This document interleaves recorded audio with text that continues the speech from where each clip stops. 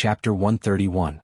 The first few tests weren't very difficult, there shouldn't be a problem. Bai Songling told him some news about the alchemy competition. Yi Jiuge remembered it very carefully. After talking about the alchemy competition, Bai Songling thought of something else. By the way, Imperial Consort, she wants to invite you to the palace in 3 days. Why does she have time to see me? Yi Jiuge raised his eyebrows and asked. Ever since Emperor Xianwu welcomed Imperial Consort Shi back with a 10-mile red carpet, he spoiled her to the core and even wanted to build a new palace for her. However, Imperial Consort Shi insisted on living in Jinxiu Palace, so Emperor Xianwu had the Ministry of Works work day and night to repair Jinxiu Palace. During this period, he arranged for Imperial Consort Shi to live in the side hall of his palace. This kind of love was unprecedented. Now people in Shangjing were talking about it. Her Highness misses you very much. If it wasn't for so many things before, she would have invited you to the palace long ago. Bai Songling said. When Imperial Consort Shi first entered the palace, it was indeed very messy, but now that Jinxiu Palace had been repaired, she had time to invite Yi Jiuge to the palace to talk about the old days. Thank you for your love. Is she living well in the palace? Yi Jiuge asked with concern.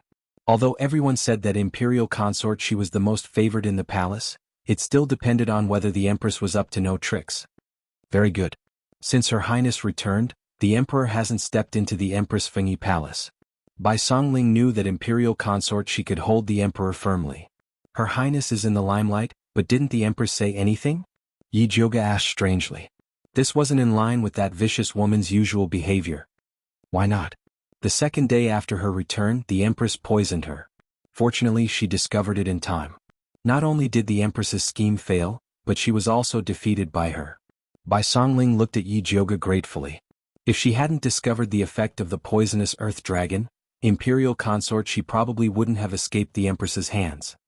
Oh, how did she defeat the Empress? Yi Jiuge asked with interest. Ask her after you enter the palace. Bai Songling smiled mysteriously. She believed that the Empress would want to tell Yi Jiuge this good news personally. All right. Yi Jiuge knew that Bai Songling was tight-lipped. He would never ask about things that he didn't want to say. Wan Xiang quietly listened to their conversation. Suddenly his expression changed. He waved his hand toward the left corner and shot out a red spirit light. He shouted, "Who is it?" "I should be the one asking who you are," Yi Yu said in an annoyed tone as he revealed himself. These fellows had occupied his courtyard and even wanted to kill him. Was there any justice in this world? Where did you go? Yi Jiuge saw that Yi Yu was still wearing night clothes and couldn't help but frown as he asked, "You couldn't have gone to find Su Junqing, right?" "I didn't go to the Su family. I just went to the Crown Prince's residence to see if he colluded with Su Junqing recently," Yi Yu said. The Crown Prince rarely stayed in the Eastern Palace. He usually stayed in the Crown Prince's manor outside. "What did you discover?" Yi Jiuge asked. The Crown Prince is in charge of the alchemy competition this time. He has been very close to Yi Shanshan recently. If you participate in the alchemy competition, you have to be careful of those two. When Yi Yu came in, he heard Yi Jiuge talking about the alchemy competition. Even if I don't participate in the alchemy competition, I will still be careful of those two. If the Crown Prince dared to make a move, Yi Jiuge would definitely make him lose a mouthful of teeth. Yi Yu also knew Yi Jiuge's ability, so he didn't say anything more. He looked at Wan Xiang and Bai Songling. "Why did you come to find me?" "I originally wanted to ask you about the treasure map, but there's no need for that now." Yi Jiuge had already told Wan Xiang what he wanted to know. He was still worried about the Ministry of Justice, so he pulled Bai Songling to leave. Before leaving, Bai Songling repeatedly reminded Yi Jiuge not to forget to go to the palace to see Imperial Consort Shi. Yi Jiuge said that he would definitely go to the palace on time. After Wan Xiang and Bai Songling left, Yi Yu said to Yi Jiuge, "According to my investigation, the alchemy competition has always been held in Shangjing. This time, it has been held in the Medicine Refining Valley. Furthermore, the Crown Prince volunteered to do it. I always feel that it's strange." "It is indeed a bit strange." Yi Jiuge frowned slightly. The Crown Prince had always thought highly of himself and had never personally arranged such things. "Keep an eye on the Crown Prince. If there are any abnormalities, report to me immediately." In any case, the danger of keeping an eye on the Crown Prince was much lower than that of keeping an eye on Su Junqing. "All right." Yi Yu nodded. After sending Yi Jiuge off, he snuck into the Crown Prince's residence. At this time, the Crown Prince was in the Fengyi Palace reporting to the Empress about the preparations for the alchemy competition. Mother, everything in the medicine refining valley has been prepared. We just need to wait for the alchemy competition to start, the Crown Prince respectfully replied. He had been busy with this matter during this period of time. He had only hurried back when he heard that Dongfang Ke, that bastard, had actually recovered from his injuries. Those court officials who had once wanted to support Dongfang Ke were beginning to stir. If it wasn't for his mother telling him that Dongfang Ke had been poisoned by the Spider King's poison and that there was no cure, he really wouldn't have been able to sit still. The Empress was wearing a long robe embroidered with phoenix feathers and sat upright on the phoenix throne. Her usually dignified and virtuous face was completely gloomy, as if she hadn't heard the Crown Prince's words. The Crown Prince stealthily glanced at the Empress. After thinking for a moment, he cautiously asked, "Could it be that Mother is angry on behalf of noble consort Shi? Is that slut worth this consort's anger?" The Empress's thin eyebrows jumped, her killing intent overflowing. Mother is right. She's just a slut. So what if she has temporarily obtained Imperial Father's favor? As long as Mother uses a few methods, you will definitely be able to make her die without a burial. The Crown Prince tried to curry favor with the Empress. In these past years, there had been too many women who had mysteriously died in the palace. Even Dongfang Ke had not been able to escape his mother's poison. Thus he was very confident in his mother. Unfortunately, no matter how he asked, his mother was unwilling to tell him just where she had gotten those mysterious poisons from. The Crown Prince felt that it was a bit of a pity. If he could also grasp the source of these poisons, then it would be easy to take care of those people he didn't like in the future. Shut up. The Empress suddenly slammed the table, the anger on her face deepening. The Crown Prince's words had stabbed right into her sore spot. The poisons that had once been effective were now completely ineffective in front of noble consort Shi. She had even turned the tables on them. The Empress could only hope that Su Hansen could bring her something new. She hadn't expected that idiot to be killed by the Ministry of Justice before even entering the capital. He had even exposed his identity as an evil cultivator, and even the treasure map was known to the Emperor. Mother, please calm your anger. I was wrong. Although the Crown Prince didn't know what he had said wrong, it was always right to quickly admit his mistake. The Empress's chest heaved slightly, but she quickly restrained her anger. She looked down at the Crown Prince and said, "Bring Su Junqing into the palace tomorrow. This consort has something to ask him." She could only rely on Su Junqing to contact the bloodthirsty sect. Chapter 132. Mother, if you have anything to say, just let me convey it. Why do you have to see that despicable person? The Crown Prince hated Su Junqing to the core. Don't make me say the same thing twice. The Empress's tone was cold and her sharp eyes were frightening. The Crown Prince's heart skipped a beat. He quickly cupped his hands and said, "I don't dare." "All right, you may leave." The Empress waved her hand impatiently. She had been hiding her relationship with the bloodthirsty sect from the Crown Prince because she didn't want him to get involved. The disciples of the bloodthirsty sect were crazy and had no bottom line. They might kill themselves one day. If she hadn't wanted to deal with Bai Linglong and her son and that bitch, Imperial Consort Shi, she wouldn't have done this. It was all those damn guys' fault. The Crown Prince saw the Empress's ferocious expression and didn't dare to ask more. He quickly left the palace and went to the Su family. "Welcome, Crown Prince. Please forgive me for not going out to greet you." Su Junqing bowed respectfully. The Crown Prince glanced at Su Junqing and said in a condescending manner, "You may rise." "Thank you, Crown Prince." Su Junqing straightened up. His handsome face was full of smiles. He didn't feel humiliated at all. This kid really knows how to act. The Crown Prince snorted in his heart and stepped back.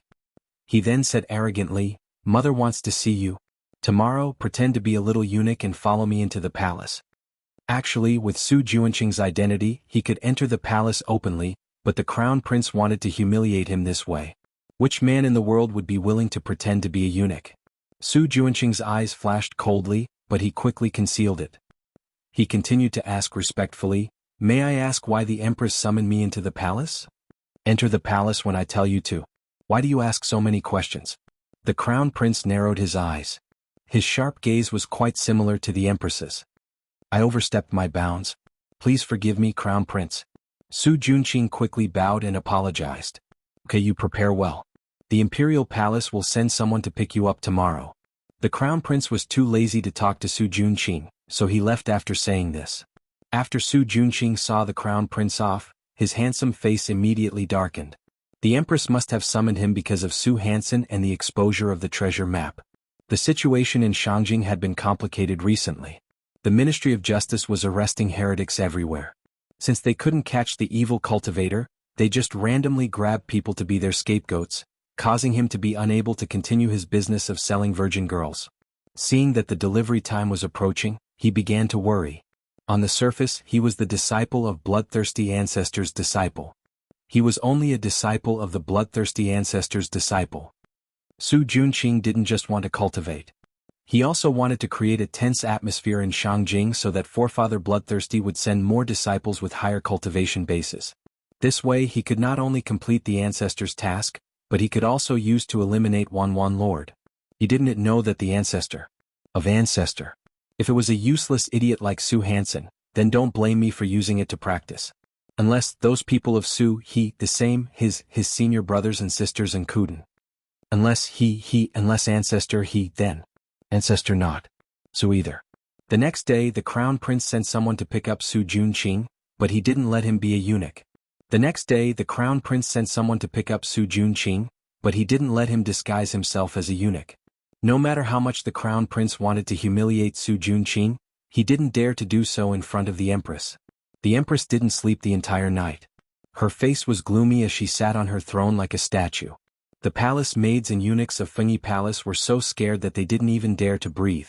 The entire palace was as quiet as a tomb. It was only when the crown prince brought Su Junqing into the palace that it became lively. The empress saw that Su Junqing's expression was much better. She found an excuse and had the crown prince, the palace maids and eunuchs leave, leaving only Su Junqing for questioning. The crown prince didn't expect that the empress wouldn't even let him stay. Although he was unwilling, he didn't dare to disobey the empress's orders. He could only blame this on Su Junqing. This subordinate greets the empress. Su Junqing respectfully bowed to the empress. At ease. The empress raised her hand and went straight to the point. This consort needs a poison that can kill noble consort Shi in Dongfang, Quebec. What does the empress mean? Didn't Su Mami give you a lot of poisons? Su Junqing asked curiously. Su Mami was an expert in poisons. After following the empress for so many years, she should have a lot of poisons in her hands. Those poisons are useless against that bitch, noble consort Shi, the empress said fiercely. She had tried all the poisons in her hands in the past few days. Not to mention noble consort Shi couldn't even poison Zhou Mami and Hong Xiu to death. She used to control the entire harem with these poisons, and everyone's life and death was in her hands. Now that she had lost this reliance, she was extremely unwilling and urgently wanted to take it back. It seems that noble consort Shi had a great opportunity and found a poison-repellent treasure. Su Junqing was very confident in the poisons refined by the bloodthirsty sect. Ordinary people wouldn't be able to resolve them. It is indeed possible. In fact, the empress also had such doubts and had already secretly sent people to investigate. However, Hong Xiu's defenses were too strict, and her people couldn't enter Splendid Palace to search at all. If only Mami Su was here.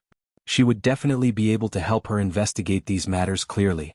Other than poison, the second thing the empress wanted was a helper like Mami Su.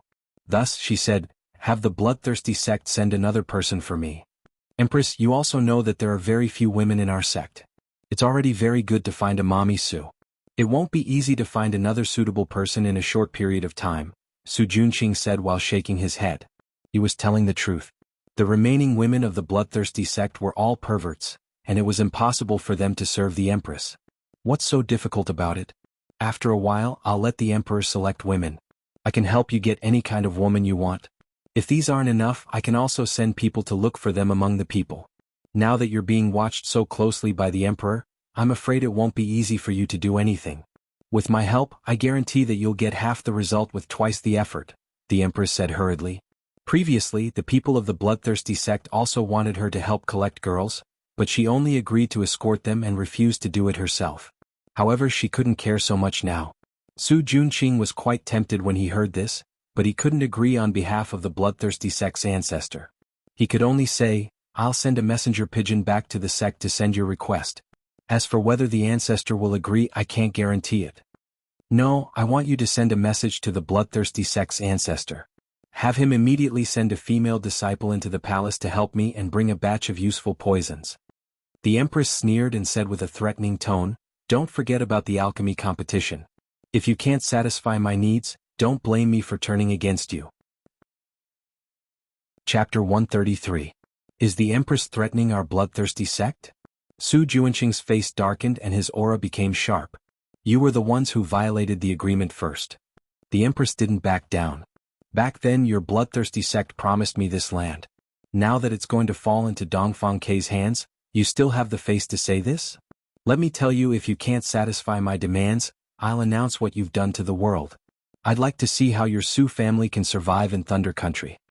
The Empress's face was ferocious and her eyes were filled with madness. Empress, please calm down. Su Juanqing cupped his hands and hid the killing intent in his eyes. Go back and think about whether bloodthirsty sect or Su family is more important. The Empress called in a palace maid and eunuch. After Su Juanqing left the palace with an old eunuch, he slowly relaxed his clenched fists. The Empress had gone crazy. She didn't consider how dangerous it would be for noble consort Shi to act now and Dongfang K to drag the Su family down. It seemed like she couldn't keep this chess piece anymore. She had to think of a way to get rid of the Empress and Crown Prince. Su Juanqing was about to get on the Su family's carriage when he suddenly saw a luxurious carriage used by the palace stop. Then, a beautiful woman wearing a light green dress with clouds and butterflies and her hair was combed into a flying fairy bun walked out of the car. Her eyebrows were deep and her eyes were like peach blossoms. Her cherry lips curled up and revealed a bright smile. She was like a fairy that had fallen to the mortal world. The surrounding people couldn't help but be attracted to her. Even the guards at the palace gate stared blankly at her. Next to this beauty was an ant wearing a red palace dress. It was noble consort Shi's main palace maid, Aunt Hong Xiu. Su Juanqing frowned. He heard from the crown prince that this Aunt Hong Xiu was an intermediate martial artist with water spirit root. She was very difficult to deal with and was one of noble consort Shi's most capable subordinates. He didn't expect her to serve that beauty so respectfully. Who was that beauty? Miss Yi, slow down. Aunt Hong Xiu's voice came from afar. Miss Yi, could it be Yi Jioga? Su Juanqing couldn't help but narrow his eyes. Although he heard that Yi Jioga had recovered her appearance, he didn't think that she would be any better. He didn't expect her to be so beautiful. Bloodthirsty's forefather loved this face the most. If he could help the old ancestor bring the person back, not only would he be able to get rid of a huge threat, but he would also be rewarded by the old ancestor. It was really killing two birds with one stone. Su Juanqing thought as he moved towards Yi Jioga. Miss Yi, there is a fly flying towards you. Aunt Hong Xiu said sarcastically. Yi Jioga raised his head in surprise and saw a handsome young man wearing a white robe embroidered with gold edges walking towards him with a warm and friendly smile on his face. Yi Jioga couldn't help but frown.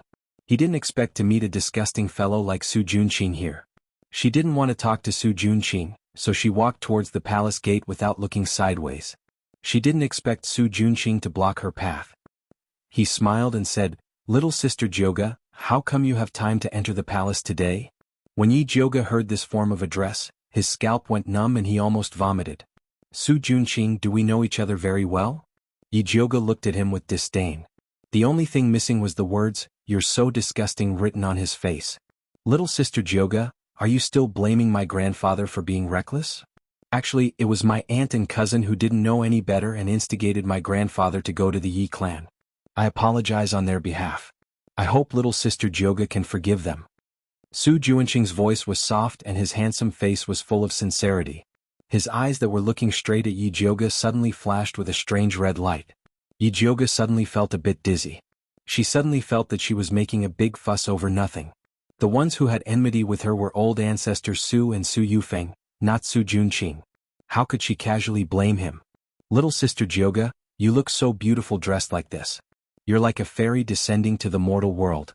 Let's get closer in the future, okay? Su Juanqing's voice was so soft that it seemed like water was about to drip out. Okay.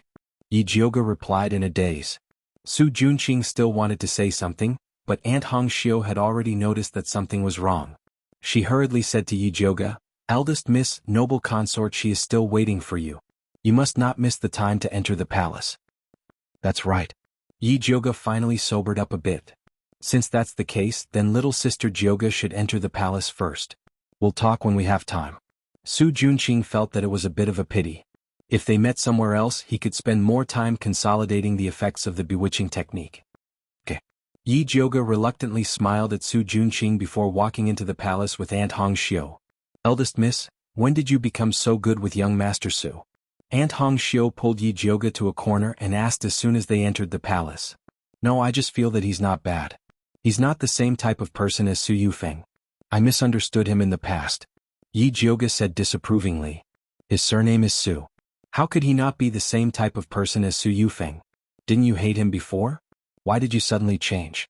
It can't be that you saw that he was handsome and you were smitten. Aunt Hong Xiu could understand the feelings of young girls who loved handsome men, but the cute Su Junqing absolutely could not. What are you thinking? If I'm a man who loves handsome men, then I should love Zishang. Thinking of this, Yi Jioga also felt that something was wrong. Su Junqing, this pervert, kidnapped Yi Rui, betrayed Yi Yunji, and even used the blood of virgins to practice. How could he think that he was not bad? Idiot, you've fallen for his bewitching technique. Zishang's cold voice sounded. How is that possible? Yi Jioga really didn't feel anything at all. This kid is talented in the bewitching technique. He's already at the second stage. It's normal for you to fall for it when you're caught off guard. Zishang said lightly. Then why didn't you warn me? Did you live in my body for nothing? Do you want to blame others for your own stupidity? Zishang deliberately didn't warn him. If she didn't let this idiot fall for it once, she wouldn't know she was wrong. Yi Jioga was in the wrong and didn't dare to argue with Zishang anymore. She took out the pill bottle and swallowed 2 clear heart pills. Eldest miss, what are you doing? Aunt Hong Xiu looked at Yi Jioga strangely. What's wrong with taking pills at the slightest disagreement? Don't talk. Hurry up and eat too. Yi Jioga also poured 2 clear heart pills into Aunt Hong Xiu's mouth. Then he said in a low voice, that Su Junqing just used an evil technique on me. That's why I suddenly felt that he's not bad. Fortunately, Aunt reminded me in time. Otherwise, I would have fallen for it. Chapter 134. I see. Eldest miss, you have to be more careful in the future. Aunt Hong Xiu was terrified when she thought of the little girls in the capital who would die for Su Junqing. She didn't want Yi Jioga to become one of them. It's fine. I'll just take the medicine in advance when I see him in the future. Yi Jioga shook the jade bottle in his hand.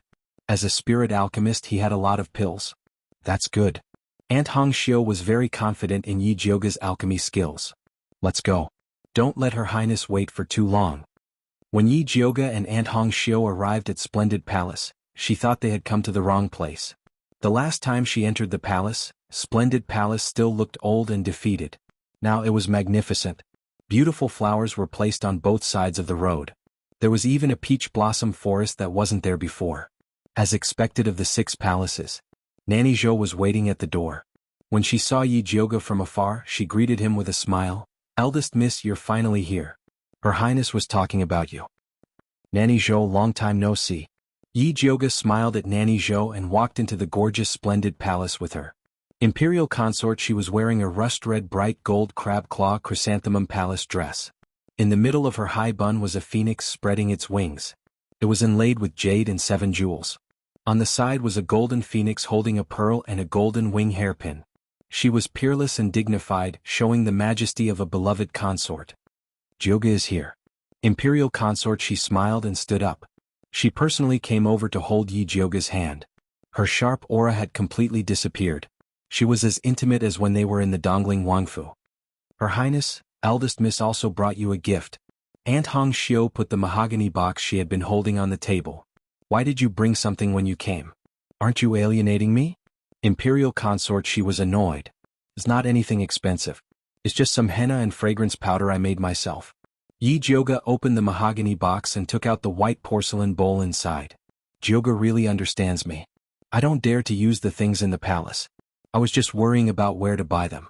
Imperial consort, she said in surprise. Her Highness, see if you like it. Yi Jioga opened all the bottles. Noble consort, she skin was very white, and 2 bright colors would make her look vulgar.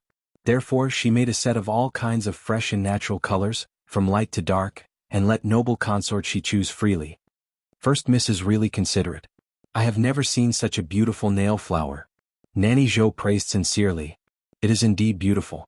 I like it very much. After looking at them one by one, noble consort, she chose the lightest pink and couldn't wait to let Nanny Zhou dye it for her.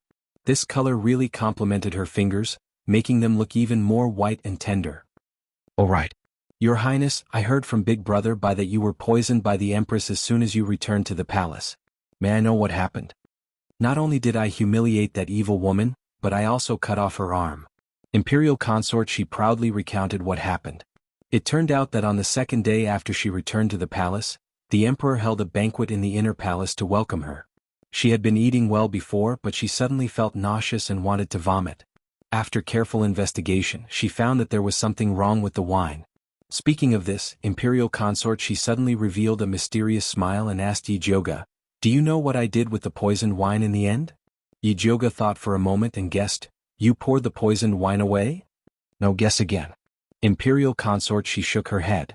Yijioga guessed a few times but didn't get it right, so he said helplessly, "Your Highness, don't keep me in suspense." Only then did Imperial consort, she slowly say, "I gave the poisoned wine to someone else to drink." Gave it to someone else? Yijioga froze and looked at Nanny Zhou. Was she asking her to block the bar? Speaking of which, the situation that day really scared this old servant to death. Nanny Zhou sighed and looked at Imperial consort. "Your Highness, you are too bold. You actually gave the poisoned wine to the emperor to drink." "What? Gave the emperor the poisoned wine to drink?" Yijioga looked at Imperial consort in shock. For a moment he wondered if Imperial consort was crazy. "I'm not crazy." Imperial consort smiled and said, "I wasn't the one who poisoned him. If anything happens to the emperor, it's naturally the one who poisoned him." When the palace maid who poisoned him saw that Imperial consort actually gave the poisoned wine to the emperor to drink, she was so scared that she immediately broke the wine pot. Imperial consort provoked a few words from the side, and the emperor angrily interrogated all the people in charge of the banquet. Although those people didn't expose the empress, the head eunuch who had been in charge of the imperial kitchen for many years was beheaded. Imperial consort took the opportunity to place her own people there. The empress suffered a big loss, but she couldn't say anything. She almost died of anger. "Your Highness is amazing," Yijioga said with admiration. When this woman became ruthless, she was really willing to do anything. "Speaking of which, it's all thanks to the poison testing pill you gave me. Otherwise, let alone the empress, I'm afraid I wouldn't even be able to keep my life." Imperial consort looked at Yijioga gratefully. Yes, this servant and Nanny Zhou also escaped the empress's evil hands thanks to eldest Mississippi. The reason why Aunt Hongxiu was so respectful to Yijioga was because of this. "It's okay. If you guys eat well, I'll go back and ask Brother Bai to send a few more bottles. You can give it to whoever you want, but you must watch them eat it. Don't let this pill fall into the empress's hands. Otherwise it will be troublesome," Yijioga said cautiously. Those poison testing pills contained live poisonous earthworms. As long as you pinched it, you would know the truth. "Don't worry, other than Nanny Zhou and Hongxiu, I won't give it to anyone else." Imperial consort smiled faintly. This poison testing pill was her life-saving item. Only Nanny Zhou and Aunt Hongxiu, who had followed her for most of her life, were qualified to use it. "Your Highness, when we entered the palace, we met Su Junqing at the entrance." "Why did he enter the palace?" Yijioga asked again. "It's because that evil woman, the empress, called him in. She probably wants to find him to harm us." With the poison testing pill, Imperial consort didn't put the empress in her eyes anymore. "Your Highness, it's better to be careful. That Su Junqing's evil arts are quite powerful. Even I almost fell for it just now," Yijioga said solemnly. "When you see him in the future, you must take the clear heart pill in advance. Don't worry, Su Junqing won't be able to jump around for long. The emperor is very concerned about the evil cultivator. In addition to letting the Ministry of Justice handle it, he has also sent many secret guards to investigate. Su Junqing will reveal himself sooner or later. Also, I mentioned the empress and the crown prince in front of the emperor once, and he became suspicious of them." Imperial consort smiled. She couldn't wait for the empress and Su Junqing to get closer. When Su Junqing's identity as an evil cultivator was exposed, the empress and the crown prince would die without a burial place. Chapter 135. Your Highness, it's better to be safe. Yijioga was worried that Imperial consort was eager to take revenge. If Emperor Xin noticed something, it would not be worth it. "Don't worry, I know what to do." Noble consort wasn't in a hurry to take revenge at all because she was enjoying the fact that the empress didn't like her but couldn't get rid of her. Yijioga chatted with noble consort for a while, and seeing that it was getting late, he excused himself with the excuse of preparing for the alchemy competition. Although noble consort was reluctant, she didn't want to delay Yijioga's business, so she asked Aunt Hongxiu to send Yijioga back. Not only did he give her a cart full of good stuff, he even gave her a place in the alchemy competition. Yi Jioga toyed with the red token that represented his advancement as he walked toward Purple Forest Park. Although she couldn't use this token, she still appreciated noble consort Xi's good intentions. Young Miss, Master invites you to the study. Pine Cypress stood at the entrance of Purple Forest Park. It looked like he had been waiting for a long time. Father, why are you looking for me? Yi Jioga hadn't seen Yi Yuxuan in a while. Master said he has something important to discuss with you, but I don't know the specifics. Songbai replied respectfully. Got it? I'll be there in a bit. Yi Jioga waved his hand. Yes. Pine Cypress bowed and left. Just as Yi Jioga entered the house, Mother Qing welcomed her and said, Eldest Miss, Master wants to talk to you about the alchemy competition.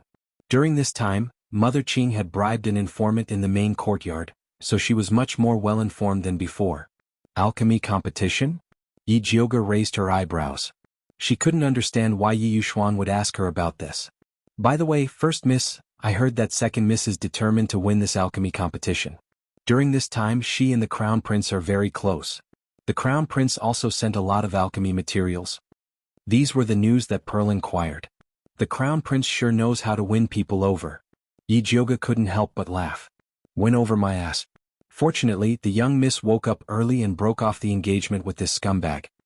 Mother Qing said disdainfully. When Su Yufeng was chased to the ancestral temple, Yi Shanshan was grounded. The Crown Prince sent a palace maid over to take a look, but there was no further news. Now that the alchemy competition was going to be held, the Crown Prince found that Yi Shanshan was worth a lot of money, so he became more active. This kind of two-faced man was really a scumbag. Yi Jioga nodded in agreement. Madame Qing helped Yi Jioga tidy up her appearance and said, Eldest Miss, you should go quickly so that Master won't get angry again. Yi Jioga brought Pearl to the main courtyard, then entered the study room alone to see Yi Yuxuan. Where did you go today? Why are you back so late? Yi Yuxuan said unhappily. Noble consort, she summoned me to the palace, so I came back late, Yi Jioga replied indifferently. Noble consort, she summoned you to the palace. How come I didn't know about this? Yi Yuxuan was shocked and angry at the same time. You didn't even tell me about such a big thing. Do you still have me as your father in your eyes? Of course not. Ever since Yi Yuxuan had tacitly agreed to let old Master Su make a move on her, she had hated Yi Yuxuan, this hypocritical fellow. If it wasn't for the fact that the title of patricide wasn't pleasant to hear, she really wanted to get rid of this scumbag of a father. Yi Jioga suppressed her anger and coldly said to Yi Yuxuan, If you're looking for me to talk about this, then there's no need. With that, she stood up and was about to leave. Wait a minute. Yi Yuxuan shouted at Yi Jioga and quickly said, This pill refining competition will be held in the medicine refining valley. You three sisters must help each other when you go out. You are the eldest sister, so you must take good care of your two younger sisters. I will naturally take care of fourth sister, but second sister, you should find someone else. Asking her to take care of Yi Shanshan, what kind of joke was this? It was already kind enough that she didn't find a ditch to drown Yi Shanshan. What kind of attitude is this? Yi Yuxuan slammed the table and scolded, I know you are unhappy because of the Su family, but when you go out, you sisters represent the Yi family's face. I don't care what conflicts you have at home, but when you go out, you must unite and help each other. Puchi. Yi Jioga suddenly laughed. What are you laughing at? Yi Yuxuan asked angrily. So father also knows that when we go out, we represent the Yi family's face. I thought that we represent the Su family's face. Yi Jioga laughed. What nonsense are you talking about? The Su family is the Su family and the Yi family is the Yi family. How can you talk about them together? Yi Yuxuan said with a black face. Father says one thing but he does another. At that time, old man Su brought the Su family's guards and aggressively shouted at her to kill. He wanted to kneel down and slap her. Yi Yuxuan just watched from the side as if he respected old man Su. Now he still had the face to tell her that the Su family was the Su family, and the Yi family was the Yi family. This face was really disgusting. Yi Yuxuan's face couldn't hold it anymore and said angrily, Old man Su is your elder. He's already so old, so what if you let him have a little? Let him beat me to death? Yi Jioga's tone was as cold as ice. He's just saying it, he won't really make a move. On the other hand, you're so young but your temper is so fierce. You actually killed all the Su family's guards in one move, angering old man Su so much that he fainted when he got back. He still hasn't woken up yet. If I didn't speak up for you, the Su family would have taken him to the Ministry of Justice. As Yi Yuxuan finished speaking, he became more and more confident. He looked as if the reason why you can sit here and talk to me is because I'm protecting you. Is that so? If you have the ability, then let the Su family come and take me to the Ministry of Justice. I want to see who will be punished. Yi Jioga sneered. Did he think that she was scared? So what if she killed the Su family's guards? Who told them to come to the Yi family to commit murder? No matter what, she was the one in the right. Alright, I've only said a few words and you're acting like you're in deep hatred again. Yi Yuxuan looked at Yi Jioga's face and said impatiently. Although this face was similar to Yun Jiaojiao's, her personality was the complete opposite. Yun Jiaojiao had a gentle personality and was obedient to him. She never disobeyed his wishes. Yi Jioga's personality was unyielding, like a raging fire. She could jump out with 10 sentences when he said one sentence. Every sentence was like a spark that could burn a scar on a person's body. Father, if there's nothing else, I'll go back first. Yi Jioga didn't want to listen to Yi Yuxuan's nonsense anymore. What about the alchemy competition? Yi Yuxuan asked, unwilling to give up. Father, don't worry. I'll definitely take good care of second sister. A trace of killing intent flashed across Yi Jioga's face.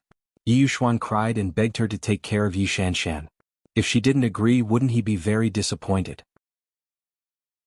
Chapter 136. Yi Jioga, I'll say it again. No matter how you fight at home, you're all surnamed Yi. Go out and give me. Before Yi Yuxuan could finish speaking, Yi Jioga had already left.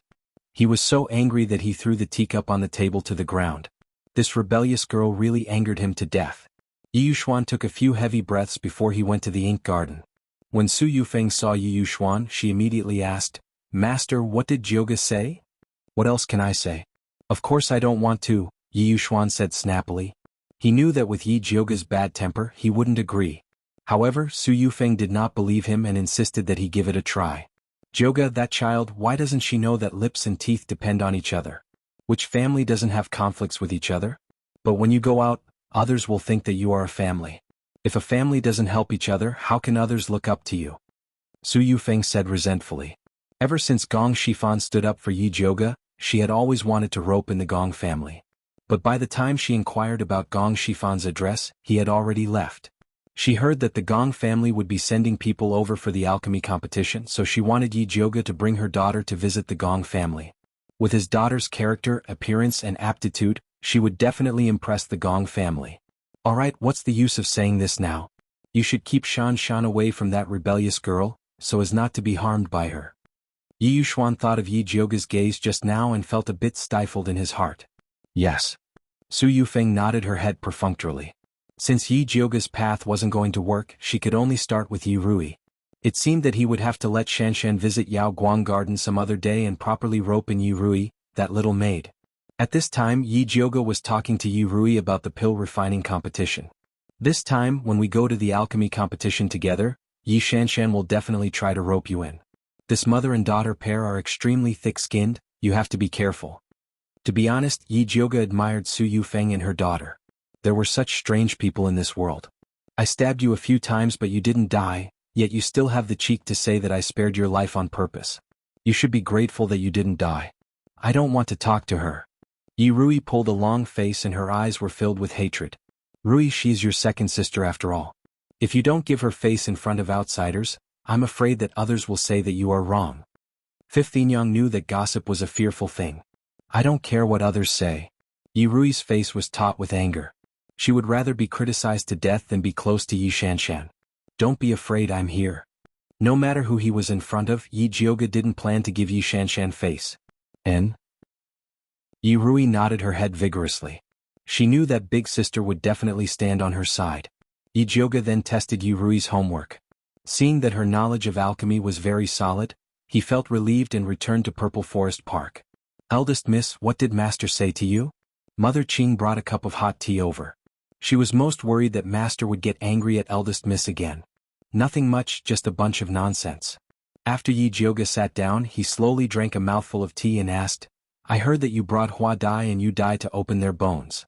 Did it go smoothly? It went very smoothly. Hua Dai and Yu Dai both have grade 7 spirit bones. The bone-opening medicine that eldest miss gave us is indeed powerful. Mother Qing said excitedly. One must know that bone roots were also divided into high, middle, and low grades. Grade 9 to grade 7 was high grade, grade 6 to grade 4 was intermediate grade, and grade 3 to grade 1 was low grade. With Hua Dai and Yu Dai's aptitude, if they were to use normal bone opening medicine, they would at most be intermediate grade. Not bad, a grade 7 spirit bone's cultivation speed is very fast. If they encounter some great opportunity, they might even be able to improve further. When Yi Jioga touched the bones, he already knew the result. Eldest Miss can just bring them to participate in the alchemy competition. Although the two servant girls' bone roots were not bad, they were not spirit practitioners after all, so they couldn't reach the style that she wanted. If the old master was still here, he would definitely be able to find servant girls with spirit roots to serve eldest Mississippi. Hua Dai and Yu Dai are already very good. Yi Jioga didn't think that having spiritualists as maids would make them superior. After she put down the teacup, she walked towards the alchemy room, preparing to refine some higher-grade tranquil heart pills, lest she fell into Su Juanqing's trap again. Your ordinary clear heart pills are useless against Su Juanqing's bewitching art. The purple deceased sword gradually revealed itself. It wrapped its tail tightly around Yi Jioga and said coldly, "Today Su Juanqing made a move at the last minute to awaken you. If he had made his move after making his move, it would not have been so easy for you to escape." Then what pill is useful? Yi Jioga frowned. If she had known that Su Juanqing would become so powerful after eating Su Hansen, she definitely would not have let Wan Xiang and Yi Yu find trouble with Su Hansen.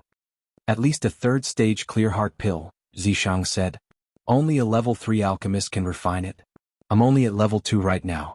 There's still a long way to go before I reach level 3. Yi Jioga frowned. It had been less than a year since her meridians were restored, and it was already not bad for her to be promoted to a tier 2 pill master.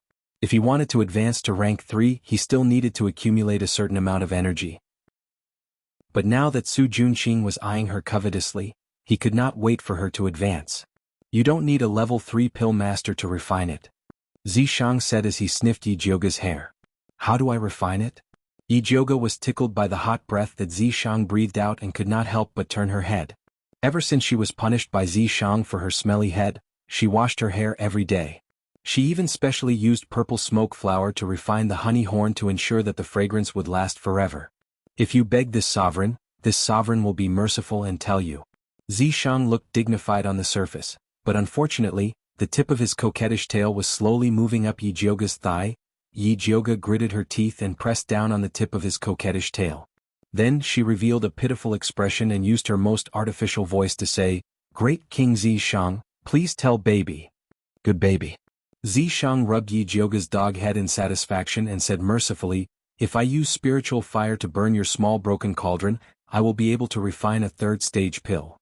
"The spiritual fire that you are talking about, are you referring to the flames that are formed from the spiritual energy of heaven and earth?" Yi Jioga blinked her watery eyes and asked. "That's right." Zishang stretched out his hand to play with Yi Jioga's earlobe. Yi Jioga did not move and asked again, "The red lotus lightning fire that I transformed from the sacred wood tree core was also spiritual fire, right?" "Of course, but this sovereign does not know where the red lotus lightning fire is. If he knew, he would have long gone to collect it for fun. Then what's the point of saying so much?" Yi Jioga immediately turned hostile and slapped Zishang's hand away. "Tsk, spiritual fire is so hard to find. She might as well cultivate and advance as soon as possible." Chapter 137. Little dummy, although I can't find the red lotus thunder fire, there are a lot of other little spiritual fires. Zishang revealed a devilish smile. He pinched Yi Jioga's cheeks and gently pulled them apart. Then he lifted them up as if he was kneading dough. Yi Jioga was angry, but she didn't dare to say anything. In order to get the spiritual fire, she put down her pride and shouted flatteringly, "Zishang, great king, please take me to find the spiritual fire." Compared to the spiritual fire, dignity was nothing. It would not be a problem to call him daddy, much less king. "Good boy." Zishang rubbed Yi Jioga's head in satisfaction. Then he waved at the fat black rat that was curled up in a corner. "Pippi." The fat black rat immediately scurried over and placed its paws on its chest, looking at Zishang with a fawning expression. He didn't know how Zishang and the fat black rat communicated. The fat black rat's furry face was full of seriousness. Finally, it raised its right paw, nodded and shouted, "Pippi. What are you guys being naughty about?" Yi Jioga couldn't help but ask. "Follow it, it will bring you to find the spiritual fire." After Zishang said this, he returned to Yi Jioga's imprint. "Black fatty, where's the spiritual fire?" Yi Jioga looked at the fat black rat with a burning gaze. Pippi. The fat black rat waved its fat paw and turned into a stream of light as it ran outside. Ijoga followed the fat black rat out of Shangjing and ran all the way to a deep forest 300 miles away. She almost died of exhaustion. Fatty Black, are you sure there really is a heaven-earth spirit flame in this damn place? Ijoga wiped the sweat off his forehead as he looked at the desolate valley in front of him. As long as it was a place where the fire seed was born, it would definitely be a place with abundant spiritual energy. But on this lousy mountain, overgrown trees and vines were everywhere. Rotten leaves covered the entire valley, and the air was damp with the smell of decay. If she hadn't taken the antidote pill, she would have fainted after a few steps. Pippi. The fat black rat nodded. Its small black eyes looked around and its big ears swayed. Then it scurried towards the west. Ijoga's eyes lit up and he immediately followed. The fat black rat's body was like lightning as it dashed towards the depths of the valley. Ijoga followed behind it, stepping on the muddy ground and rushing to the bottom of the cliff. Soon he saw a dark pool. It covered an area of about 1 mu, which was smaller than the pond in the demonic beast forest, but it was still bottomless. Ijoga felt his scalp go numb when he saw the black color in the depths of the pool. The fat black rat jumped into the pool gracefully. Then it stuck out its fat belly and flopped comfortably in the water. Don't tell me you came here to take a bath. Ijoga threw a weed stuck to his hair at the fat black rat. Pai-Pai-chan. The fat black rat retorted in dissatisfaction. Then it stuck out its fat butt and dived into the pool. Hey, wait, give me a blue stone first. Ijoga patted the surface of the water to call the fat black rat. Although she knew how to hold her breath, if the water was as deep as the last time, she would suffocate to death without the blue stone. Unfortunately, the fat black rat did not respond. It was as if it had already run far away. Ijoga frowned as he looked at the dark pool. He silently pondered whether he should go down to investigate the situation or wait here for the fat black rat to return. What are you waiting for? Hurry up and catch up. Zishang's voice fell. Ijoga's butt hurt. Her body involuntarily fell into the pool and she almost choked to death. She awkwardly floated to the surface. Wiping the water droplets off her face, she scolded the mark on her hand. Are you crazy? He actually dared to kick her into the water. I did it for your own good. Zishang's voice was lazy, without a hint of remorse. Thank you, but I don't need it. You can keep it for yourself. Ijoga spat at the mark and swam towards the shore. Treasures don't wait for people. If you don't follow me, forget about the spiritual fire, even that fat black rat will run away. Zishang said coldly. If it runs, then it runs. Who cares? Although Ijoga said that, she was still reluctant to let go of the fat black rat that she could refine into Dan poison. After thinking for a while, she held her breath and dived towards the bottom of the pool. As she dived, she found that this pool was even colder than the lake in the demonic beast forest. The strangest thing was that there were no fish swimming in this pool. Logically speaking, there should be a lot of fish living in this deep mountain pool where no one hunted. Unless something had eaten all the creatures in the pool. Her heart skipped a beat. She felt uneasy for some reason. The air in her lungs was getting thinner and thinner. If she dived any further, it would be very dangerous. Although the spiritual fire was important, her life was even more important. Ijoga decisively turned around and wanted to return to the shore. At this moment, a dangerous aura suddenly came from the dark depths of the pool. The water flowed quickly as if something was quickly approaching her. In the next moment, an ugly and bumpy face with sharp teeth appeared in front of her.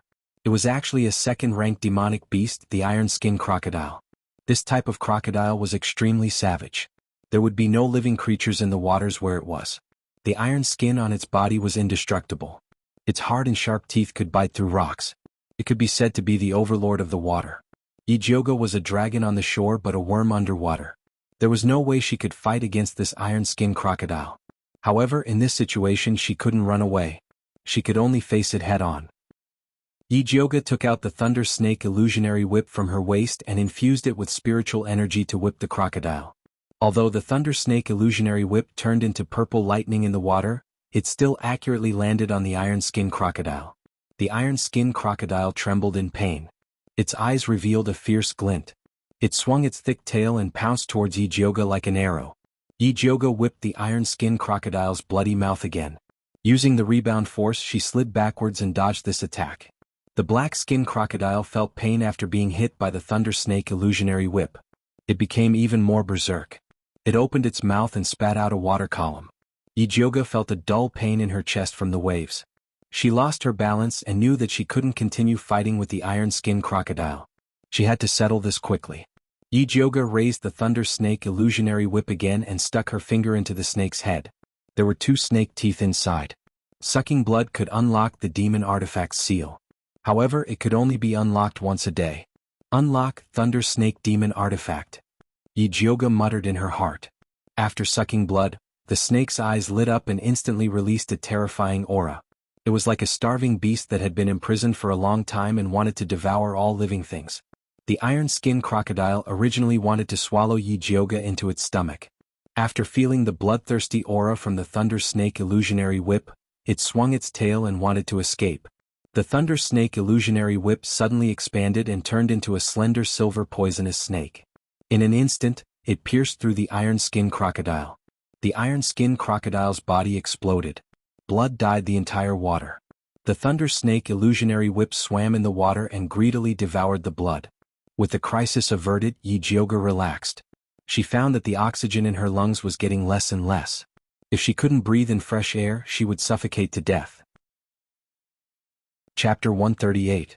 Little dummy, can't you tell me if you want to transfer chi to me? Zishang showed up in the water and leisurely swayed his long black snake tail, protecting Yijioga by his side. His jade-like skin emitted a faint light. His originally handsome face was like a mandala in full bloom in the water, beautiful beyond compare. Especially those purple eyes, which shone like the most beautiful crystal, revealing a sharp light that looked down on everything. He was so beautiful that he was like the god of water, illuminating the whole dark and bloody water. Even though Yijioga was used to Zishang's beauty, she still couldn't help but be fascinated. Do you want it? Zishang smiled. Of course. Yijioga was about to suffocate to death. How could she care about propriety and shame anymore? She grabbed Zishang's arm and fiercely bit it. She wanted to stick her tongue in and tie it with his tongue so that he couldn't abandon her. Zishang was very satisfied with Yijioga's enthusiasm. The long snake tail wrapped around her body tightly, holding her and sinking to the bottom of the water. Zishang's lips were soft and cool with a faint fragrance. It was simply irresistible. After Yijioga recovered from the extreme suffocation, she only felt satisfied, dizzy, and weak all over. She actually had a strange pleasure. No wonder some perverts like to play suffocation. It was really special, but she definitely didn't want to try it again. At this time they had already sunk to the bottom of the water. In front of them was an extremely gloomy water channel with a strange smell. This dark and bottomless water channel should be very scary, but because of Zishang's beauty, Yijioga completely ignored this gloomy environment. In her eyes, there was only Zishang's charming purple eyes, straight nose, red lips, and the beautiful and mysterious demon tattoos on his body. Yijioga didn't know that in Zishang's eyes, she was also like a white lotus that was blooming, beautiful, enchanting, and extremely moving. This water channel was very long. After half an hour, Yijioga began to suffocate again and had to go to Zishang for help. Their bodies were entangled, one up and one down, rising and falling in the water, with indescribable ambiguity. The originally simple transfer of chi gradually became a little strange.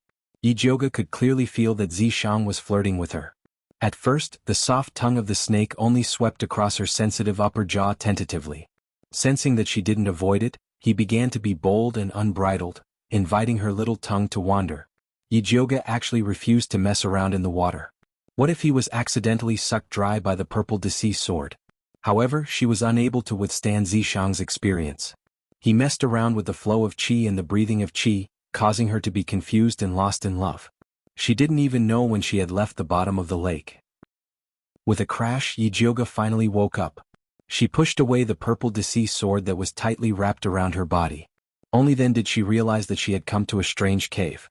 In front of her eyes were piles of white beast bones. A gust of cold wind blew through the gloomy cave, bringing with it a moldy stench that made one's hair stand on end. If you're afraid, then hold on to me tightly. Zishang expressed that his embrace would always be open for her. Tisk, big sister has seen more bones than salt, what's there to be afraid of? She was just a little surprised.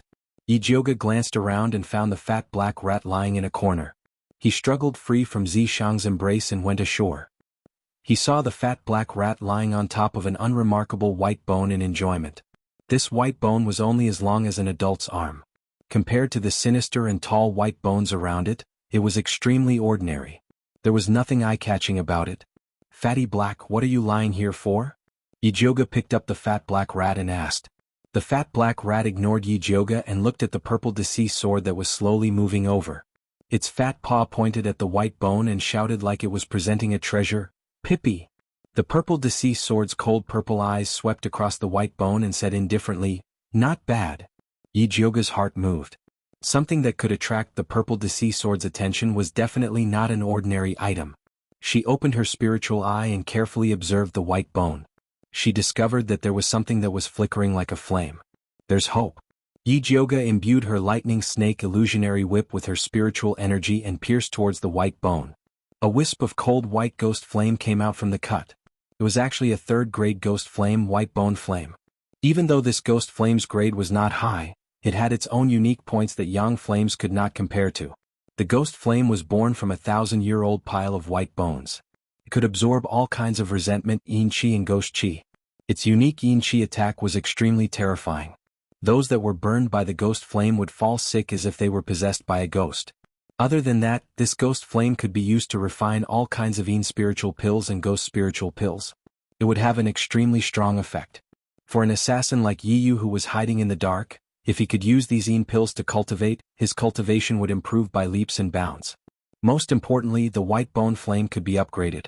If it could be upgraded into the netherworld ghost flame, it would become an existence that was not inferior to the red lotus lightning fire. At that time he would have the red lotus on his left, the netherworld on his right and the lightning fire in the middle. How cool would that be? Even though the process of upgrading the white bone flame was extremely long as there was hope, there was nothing to be afraid of. I can absorb this flame, right? Yijioga looked at the burning white ghost flame excitedly.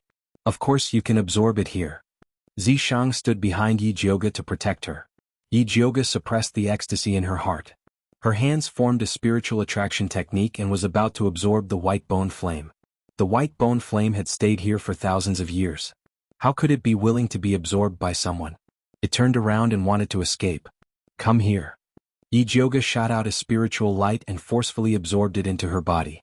After Yijioga absorbed the white bone flame, her expression became even more serious. Absorbing it was only the first step. Taming it was the most important step.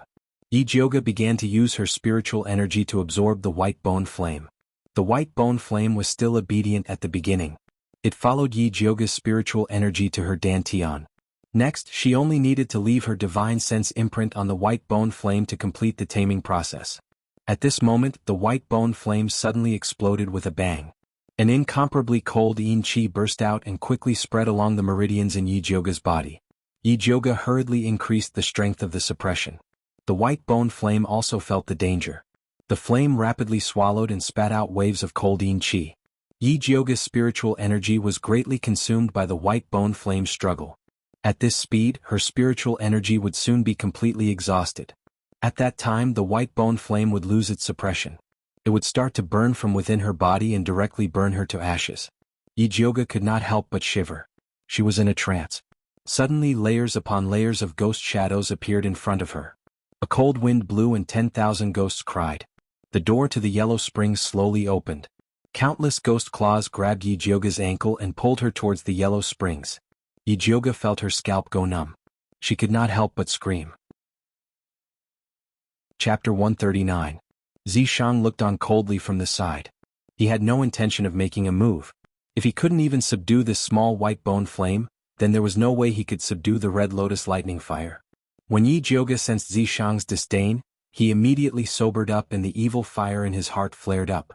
It was fine if Zishang bullied her. "You little wildfire dare to behave atrociously in front of me? Do you really think I'm a sick cat?" Yijioga mobilized all of his spiritual energy. Inside his body, a silvery white mini lightning snake phantom whip was formed. The little thunder snake illusionary whip opened its mouth wide and was filled with killing intent. It was ferocious and greedy, like a vicious beast released from the abyss. It wanted to devour everything and be quiet. "If you don't listen to me, I'll eat you." Yijioga's ruthless killing intent was transmitted to the white bone flame through the thunder snake illusionary whip without any obstruction. She already had a disobedient demonic weapon, the thunder snake mirage whip, so she didn't want to get another disobedient spiritual fire.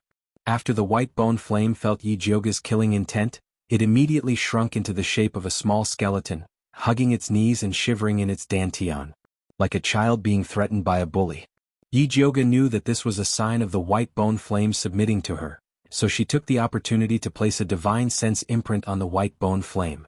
After successfully subduing the white bone fire, the extremely cold Yin power just now turned into pure spiritual power, directly allowing her to advance from a rudimentary spiritualist to an intermediate spiritualist.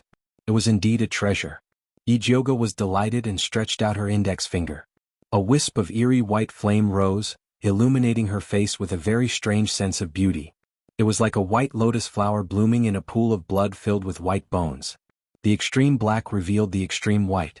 This kind of beauty was even more holy and beautiful than that of a fairy from the ninth heaven. It could simply shake one's soul. Yijioga didn't know that he was walking further and further down the path of the white lotus. After she kept the white bone flame, she carefully inspected the white bone cave. Apart from a pile of iron-skinned crocodile bones, there was nothing else. It seemed that this cave was the burial chamber of the iron-skinned crocodile. Every iron-skinned crocodile who was ready to die would come here to rest in peace. If that was the case, there would soon be new iron-skinned crocodiles guarding the tomb. Thinking of this, Yijioga couldn't wait to leave. At this time, the thunder snake illusionary whip suddenly broke free from Yijioga's grasp. It transformed into a giant python, opened its mouth and swallowed all the bones in the tomb. What's going on? Yijioga turned to ask Zishang. You eat meat but can't drink soup. Zishang wrapped itself around Yijioga and rested its chin on her head as if it had no bones. You mean it's repairing itself? Yijioga's eyes lit up. After the thunder snake demonic artifact recognizes its master, it has the ability to repair itself. The white bones here can condense spirit fire and contain a lot of spirit force. It can repair the thunder snake illusionary whip's damaged parts. As Zishang explained, he tapped Yijioga's head with his chin. Although Yijioga's head was hurting from Zishang's pointed chin, when he heard that the lightning snake illusionary whip was about to advance, he was still grinning from ear to ear. No wonder spiritualists love to hunt for treasures. It's a profitable business indeed. This time, not only did she manage to subdue the white bone flame and successfully advance, she could also repair the demon artifact at the same time. What a great deal. After the lightning snake illusionary whip devoured all of the white bones, it returned to Yijioga's hand. The color of the snake scales on its body became more and more exquisite. It faintly looked like a fourth segment was growing, and it looked even more spiritual. Yijioga rubbed it twice in satisfaction and wrapped the lightning snake illusionary whip back around his waist. At this time, the fat black rat shouted in dissatisfaction, "Pie pie. You guys eat meat and drink soup, what about me? Say it, what do you want?" Yijioga was in a good mood. She knew that it was the fat black rat's credit that they were able to find the white bone flame this time. Naturally, she had to reward it. Pie pie. The fat black rat revealed its sharp white teeth at Yijioga's finger. Then it bit its little paw and made a sucking expression. You want to suck my blood? Yijioga instantly understood. She didn't expect her blood to be so awesome that even the fat black rat coveted it. Pai Pai-chan. The fat black rat nodded and blinked its big eyes, revealing a flattering expression. Before Yijioga could reply, a fierce and terrifying aura burst forth. Daring to touch this sovereign's person, you have guts. Zishang raised his hand, and an invisible force grabbed the fat black rat and lifted it into the air. Pai Pai. The fat black rat was so scared that it stuffed its two fat paws into its mouth. With its big eyes filled with tears, it looked at Yijioga pitifully. That's enough. What's so heroic about scaring a fat mouse? Besides, it wants my blood, not yours. Yijioga patted Zishang's arm. She still needed this fat black rat to help her purify the pill poison. What if I scare it away? Zishang narrowed his eyes and looked at Yijioga. He did not put down the fat black rat. Instead, he asked with a threatening tone, do you still want to suck her blood? Pai Pai Pai Pai. The fat black rat shook its head with all its might. Only then did Zishang put down the fat black rat. The fat black rat ran back into Yijioga's bag. Yijioga lightly patted the fat black rat's position and said to herself, it's okay, when Zishang falls asleep, Big Sister will secretly feed you. I'm warning you, you better not have this idea. Zishang narrowed his purple eyes and said coldly, this spirit rat's origin is unknown. Before we find out its background, you better not get too close to it. It's just a fat black rat. What's there to worry about? Yijioga felt that Zishang was making a big fuss over a minor issue. This fat black rat was so weak. It did not have any attack power. What kind of storm could it cause? Don't forget the agreement between us. Every drop of blood on your body belongs to me. If you dare to act rashly, don't blame me for being impolite. Seeing that Yi Jioge still had a disapproving expression, Zishang's eyes flashed with a dangerous light. He hugged her and pressed her down on his lower abdomen. The taste of punishment was self-evident. Yi Jioge could clearly feel two bulging bulges pushing against her from behind. At this time she remembered a legend. The snake seemed to have two big sticks. Yi Jioge's scalp instantly went numb. She hurriedly promised, "I won't move. I won't move." "You really won't move?" Zishang exhaled, but his voice was filled with regret. "I really won't move. So quickly take back your two evil sticks." Zishang's red lips hooked up. He slowly let go of Yi Jioge. Actually, he did not want to do anything to Yi Jioge in this damn place. He was only teasing her. But Yi Jioge, this idiot, was too stubborn. He could only use this kind of method to threaten her. Yi Jioge secretly heaved a sigh of relief. She did not want to stay in this damn place for another second. She also did not want to go back with Zishang. Thus, she took out the fat black rat and said, "Do you still have those blue stones from last time? Give me one." Chapter 140. The fat black rat looked at Zishang. Seeing that he didn't object, it took out a blue stone from its small animal skin bag and threw it to Yi Jioge.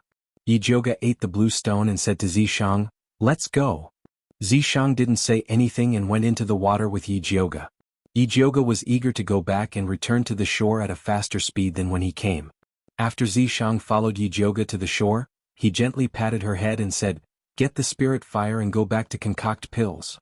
Yi Jioge didn't dare to provoke the stick snake and obediently nodded. Zishang then returned to the imprint with satisfaction. Yi Jioge heaved a sigh of relief and rejoiced in her heart. Luckily, Zishang's demon power hadn't recovered yet and the time he could spend every day was limited. If he could appear and follow her for 24 hours, it would become her nightmare.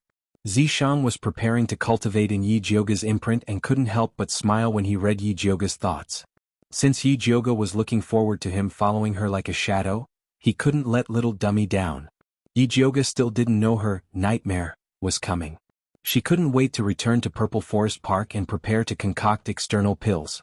Not long after Yi Jioge left the deep pond, a pink figure appeared in front of the deep pond. A faint smell of blood emitted from her body. The wild beasts in the surrounding valley heard the smell and came over but were destroyed by her hand, turning into a ball of blood in her hand. "Little baby, quickly take me to find the spirit fire after drinking the blood." The pink girl smiled sweetly. She was the female disciple of bloodthirsty sect, Lu Yunfei. She held a purple scorpion the size of a palm in her hand. After swallowing the ball of blood, her long tail pointed towards the bottom of the pond. "So it's at the bottom of the pond. I didn't expect a place like Shangjing to have a spirit fire." Lu Yunfei smiled with satisfaction. After she left the Blood Cloud Peak, she quickly rushed to the Shangjing. Originally, she wanted to directly find Su Junqing to understand the situation. She didn't expect that when she passed by the vicinity, her treasure-seeking scorpion suddenly moved and brought her all the way here. "Lead the way." Lu Yunfei flicked her finger. The treasure-seeking scorpion jumped into the deep pond and swam towards the bottom. Lu Yunfei followed without hesitation. Not long after sinking to the bottom, she smelled a faint smell of blood. Obviously, there was a battle here and it didn't last long. Don't tell me someone got there first. Lu Yunfei's eyes were gloomy. She sped up and followed the treasure-seeking scorpion to an empty cave. Up and down, front and back, left and right, she turned them upside down, but there was nothing but a pile of broken bones. "Damn it! Who stole my treasure?" Lu Yunfei was so angry that her face turned malevolent. She smashed a hole in the wall with her palm. "No, that person shouldn't have gone far. There's still time to catch up. Bring me to the person who took the white bone flame." Lu Yunfei bit her finger and dripped a drop of blood towards the treasure-seeking scorpion.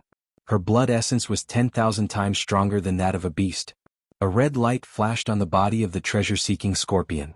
Its tail moved left and right before finally stopping in the east, which was the direction that Yi Jioge had left. Lu Yunfei jumped back into the deep pool and was about to chase after them when she was stopped by an iron-skinned crocodile that smelled blood. She didn't have time to waste on the iron-skinned crocodile. She raised her hand and threw a ball of blood in the opposite direction. The aroma of the spiritual blood enticed the iron-skinned crocodile to immediately pounce on it. Lu Yunfei quickly returned to the shore. The treasure-seeking scorpion could no longer find traces of Yi Jioge. Although the treasure-seeking scorpion was a spiritual beast, it could only sense the white bone flame within a radius of 10 miles. Damn it, damn it, damn it. Lu Yunfei, who was furious, jumped into the deep pool and tied the iron-skinned crocodile up. She skinned it alive, pulled out its tendons and trampled it into meat paste. Only then did she relieve the anger in her chest. You caused me to be covered in blood. Lu Yunfei sent the iron-skinned crocodile flying with a kick. She took out a new set of clothes from her cosmo sack and changed into it. Only then did she continue to walk towards Shangjing. Yi Jioga didn't know that an innocent iron-skinned crocodile had been killed because of her. She was preparing to use the white bone flame that she obtained to concoct a third-ranked clear heart pill. Berberine, ice mint, clear mind grass. Yi Jioga threw the ingredients into the small bronze cauldron one by one and summoned the white bone flame to start concocting the pill.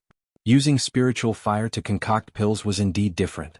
The small cauldron, which was usually like an old cow pulling a cart, began to revolve at a much faster speed. The impurities of the medicinal herbs were quickly analyzed and turned into a green solution that emitted a faint fragrance. When Yi Jioga was almost done concocting, she called the fat black rat over to help her clear the pill poison. Pippi. The fat black rat didn't even raise its head and called out in a muffled voice. It hugged its small tail and shrunk into a black ball of fur. It had an expression that said, "Don't bother me if I'm in a bad mood." Yi Jioga could understand its gloomy mood. It had painstakingly brought people to search for treasures. Everyone was eating the meat and drinking the soup. It only wanted to drink some blood and was threatened by Zishang. It was no wonder that it was in a bad mood. However, no matter how much Yi Jioga understood the fat black rat's mood, she didn't dare to give her blood to drink. Zishang's 2 big sticks were still a threat to her.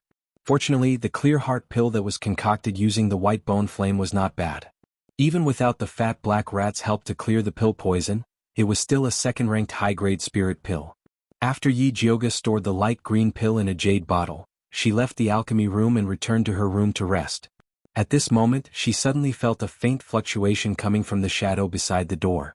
She stopped and said, "Yiyu, why are you here? How did eldest miss find me?" Yiyu revealed his figure, his handsome face full of surprise. Ever since he transformed into a shadow assassin, as long as he didn't reveal any flaws, no one would be able to find him. "What do you think?" Yi Jioga revealed an advanced smile. Yiyu took a closer look and realized that Yi Jioga had advanced to an intermediate spiritualist.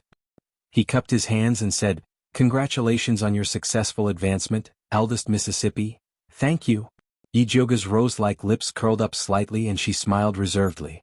Yiyu felt a little dizzy from Yi Jioga's smile. He didn't know if it was because of the moonlight, but Yi Jioga looked especially beautiful tonight. She was like a fairy in the moonlight, so perfect that she didn't look like a real person. "It's so late, why are you looking for me?" Yi Jioga asked. "There's something I want to report to you." Yiyu immediately restrained his intoxicated state and said seriously, "Then come in." Yi Jioga turned around and returned to the alchemy room. She called out to Yiyu, "Sit anywhere you want." Yiyu glanced at the messy alchemy room and felt that there wasn't even a place to stand, let alone sit. Yi Jioga rudely pushed the things on the stool to a corner and tried to make a clean space. "I'll just stand." Yiyu quickly stopped Yi Jioga's violent demolition. "All right." Yi Jioga gave up on tidying up and turned around to ask, "Tell me, what's the matter?" This afternoon, a girl wearing a pink dress went to look for Su Junqing. Yiyu said with a serious expression. Chapter 141. Didn't I tell you not to go near Su Junqing? Yi Jioga frowned. Yiyu was too disobedient. What if Su Junqing, that pervert, found out? I didn't go near him. It was the rats guarding the Su residence that told me. Yiyu quickly explained. Recently, in order to help Yi Jioga spread the message, he reorganized the dark forces in Shangjing. He didn't expect that those rats would regard him as their boss and take the initiative to help him spy on the Su residents. This news was sent back by those rats. So that's how it is. Yi Jioga relaxed his expression and asked with some doubt, "What woman went to find Su Junqing?" Su Junqing had always been surrounded by thousands of flowers. He had never heard of a woman who dared to go to his door to find him. I heard that it was a very beautiful girl with a sweet smile. She was about 18 years old and her accent was like that of a foreigner. At that time, Su Junqing personally came out to greet her and seemed to be very respectful to her. Yiyu couldn't help but pause before continuing. I received the news and rushed over. At the door, I smelled a cold bloody smell similar to Su Junqing's. It should be left behind by that woman. Yi Yu's cultivation had improved a lot during this period of time. He was also more sensitive to yin qi and bloody smell. Seems like that woman is also a heretic cultivator. Yi Jioge thought of the empress who was repeatedly frustrated in the palace. Could she be the one who called them over? Should I go and investigate? Yi Yu asked tentatively. Yi Jioge didn't allow him to go near the Su residence, so he didn't dare to act rashly. Yi Jioge thought about it and shook his head. Recently, Shang Jing has been searching for heretic cultivators. This woman appeared in the Su residence openly and left behind such a strong smell. It's really not normal. You mean there's a trap? Yi Yu immediately understood. It's very possible. Yi Jioge nodded. The female heretic cultivator coming to Shangjing at this time was very likely to find Su Junqing to investigate Su Hansen's murder. Su Junqing took the opportunity to set a trap and used the female heretic cultivator to deal with them. Just when Yi Jioge and Yi Yu were guessing Su Junqing's purpose, Su Junqing was respectfully welcoming Lu Yunfei into his study. Your place is not bad. Lu Yunfei looked at the elegant study in front of her and reached out to fiddle with the neatly arranged brushes. Senior sister, please excuse me. Su Junqing wore a golden crown on his head and a white robe. He was cultured, elegant, and had an extraordinary bearing. He did not look like a bloodthirsty sect disciple at all. Lu Yunfei played with the ends of her black hair as her watery gaze fell on Su Junqing. Her small pink tongue couldn't help but lightly lick her lips. Su Junqing felt like a frog being stared at by a poisonous snake, and a layer of cold sweat immediately appeared on his back. Although he rarely returned to the bloodthirsty sect, he had heard a little about this senior sister who liked to collect the skin of beautiful women. He knew that in addition to being bloodthirsty, she had also cultivated some evil arts of harvesting yang to nourish yin. A few of the good-looking men in bloodthirsty sect had mysteriously died. The rest of the male disciples had their faces covered in dirt, keeping a respectful distance from her. Even bloodthirsty ancestor, who loved beauties, did not dare to have any ideas about Lu Yunfei. Junior brother, why are you sweating so much? Lu Yunfei moved closer to Su Junqing and placed her soft little hand on his shoulder. Her voice was as sweet as honey. It's probably because the weather is hot. Senior sister, you must be tired after a long journey. Why don't you have a drink to relieve yourself first? Su Junqing turned around without batting an eyelid and took out a long glass cup from a secret compartment in the study. It was filled with dark red blood and emitted a strong smell of blood. Under the dim yellow candlelight, it shone with a strange light. The spirit blood of an earth spirit root virgin. Not bad. Lu Yunfei reclined on the chair and continued to stare at Su Junqing. She was obviously more interested in him. Senior sister, you really know what's good.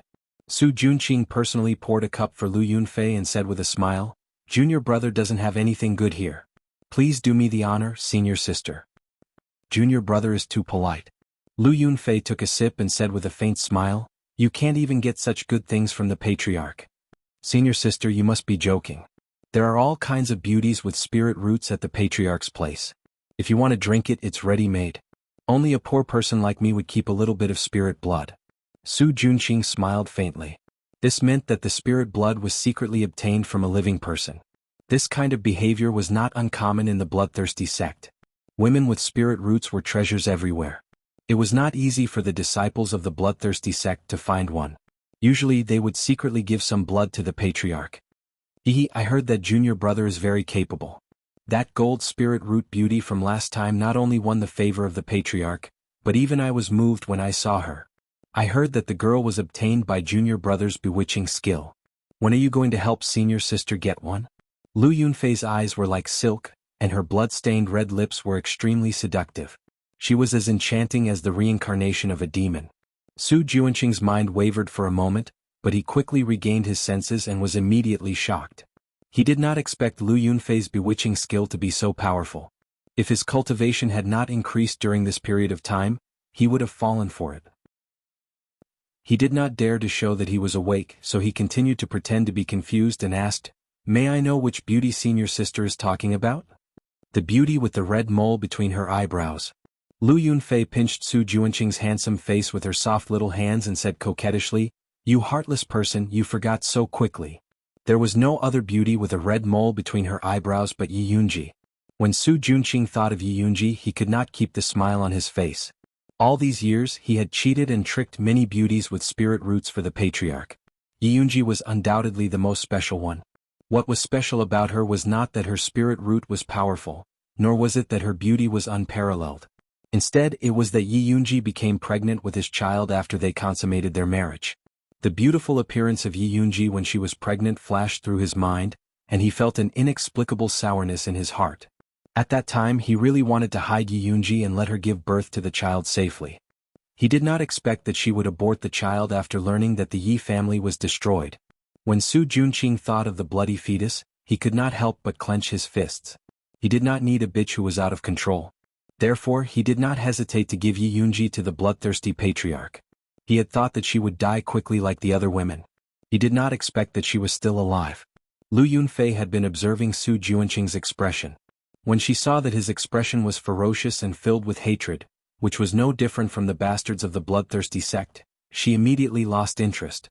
Lu Yunfei's pretty face changed and she said impatiently, "This time I came to investigate the cause of death of Nurse Su and Su Hansen. Tell me what happened." Chapter 142. Su Junqing did not understand why Lu Yunfei suddenly became hostile, but her cold face was much better than seducing him earlier, so he straightened his face and said, "What, Nurse Su and Su Hansen were killed by Yi Jioga, Wan Ziang, by Songling and the others. Tell me, who are they?" Lu Yunfei drank the spiritual blood with an indifferent look on her face. Su Junqing then explained the origins of Yi Jioga and the other two. Yi Jioga is Grandmaster Yun's granddaughter, Wan Ziang is a rising star in the Ministry of Justice, and Bai Songling is Prince Dongling's confidant. Are you afraid that others won't know about the existence of us evil cultivators? Lu Yunfei's eyes instantly turned dangerous. Although she was arrogant, she was not brainless. Evil cultivators' cultivation methods were cruel and had always been a thorn in the side of the righteous spiritualists. Otherwise, the bloodthirsty sect would not have hidden in the remote mountains. Now that Emperor Shenwu was searching for evil cultivators everywhere, if she made such a big case, wouldn't she be giving it to the righteous spiritualists? Senior sister, please calm down. Listen to me for a moment. Su Junqing carefully explained his plan to her. After listening, Lu Yunfei could not help but look at Su Junqing and smiled. I really underestimated Junior Brother. Junior Brother is really talented to think of such an idea. Senior sister, you flatter me. I'm also doing this for the good of the bloodthirsty sect. As long as we get rid of all these people, I can guarantee that Emperor Shenwu will not dare to mention evil cultivators again. Su Junqing said confidently. He had spent a lot of effort to think of this idea. It would definitely be able to get rid of those thorns. Okay, then we'll do as you say. Lu Yunfei nodded indifferently. Thank you for your support, senior sister. Su Junqing cupped his hands and said, Senior sister coming here today has probably attracted the attention of many people. There might be spies coming to investigate. Senior sister, please help me. What, a few spies are enough to stump you? Lu Yunfei played with the glass cup and drank another mouthful of spirit blood. Senior sister, please don't laugh at me. I'm not afraid of other spies, but there is one that is very difficult to deal with. Su Junqing sighed and said, that spy is called Yi Yu and has already cultivated into a shadow assassin. He comes and goes without a trace and is truly difficult to deal with. Interesting, I like this kind of excitement. Lu Yunfei licked the blood on the corner of her mouth, like a cat that smelled blood. With senior sister's help, that scout will definitely die. Su Junqing had a smile on his face, but his eyes were sizing up Lu Yunfei without a trace. He noticed that the red pupils in her eyes were gradually forming, which meant that she had cultivated the bloodthirst art to the 3rd level. If he could absorb her, his cultivation would definitely jump to the spirit master level. At that time, the power of the bewitching art would be even greater. Su Junqing's heart was burning, but he quickly put it away. If he was discovered by Lu Yunfei, he would probably be the first one to be devoured. This kind of woman was too dangerous. It was better to send her away as soon as possible.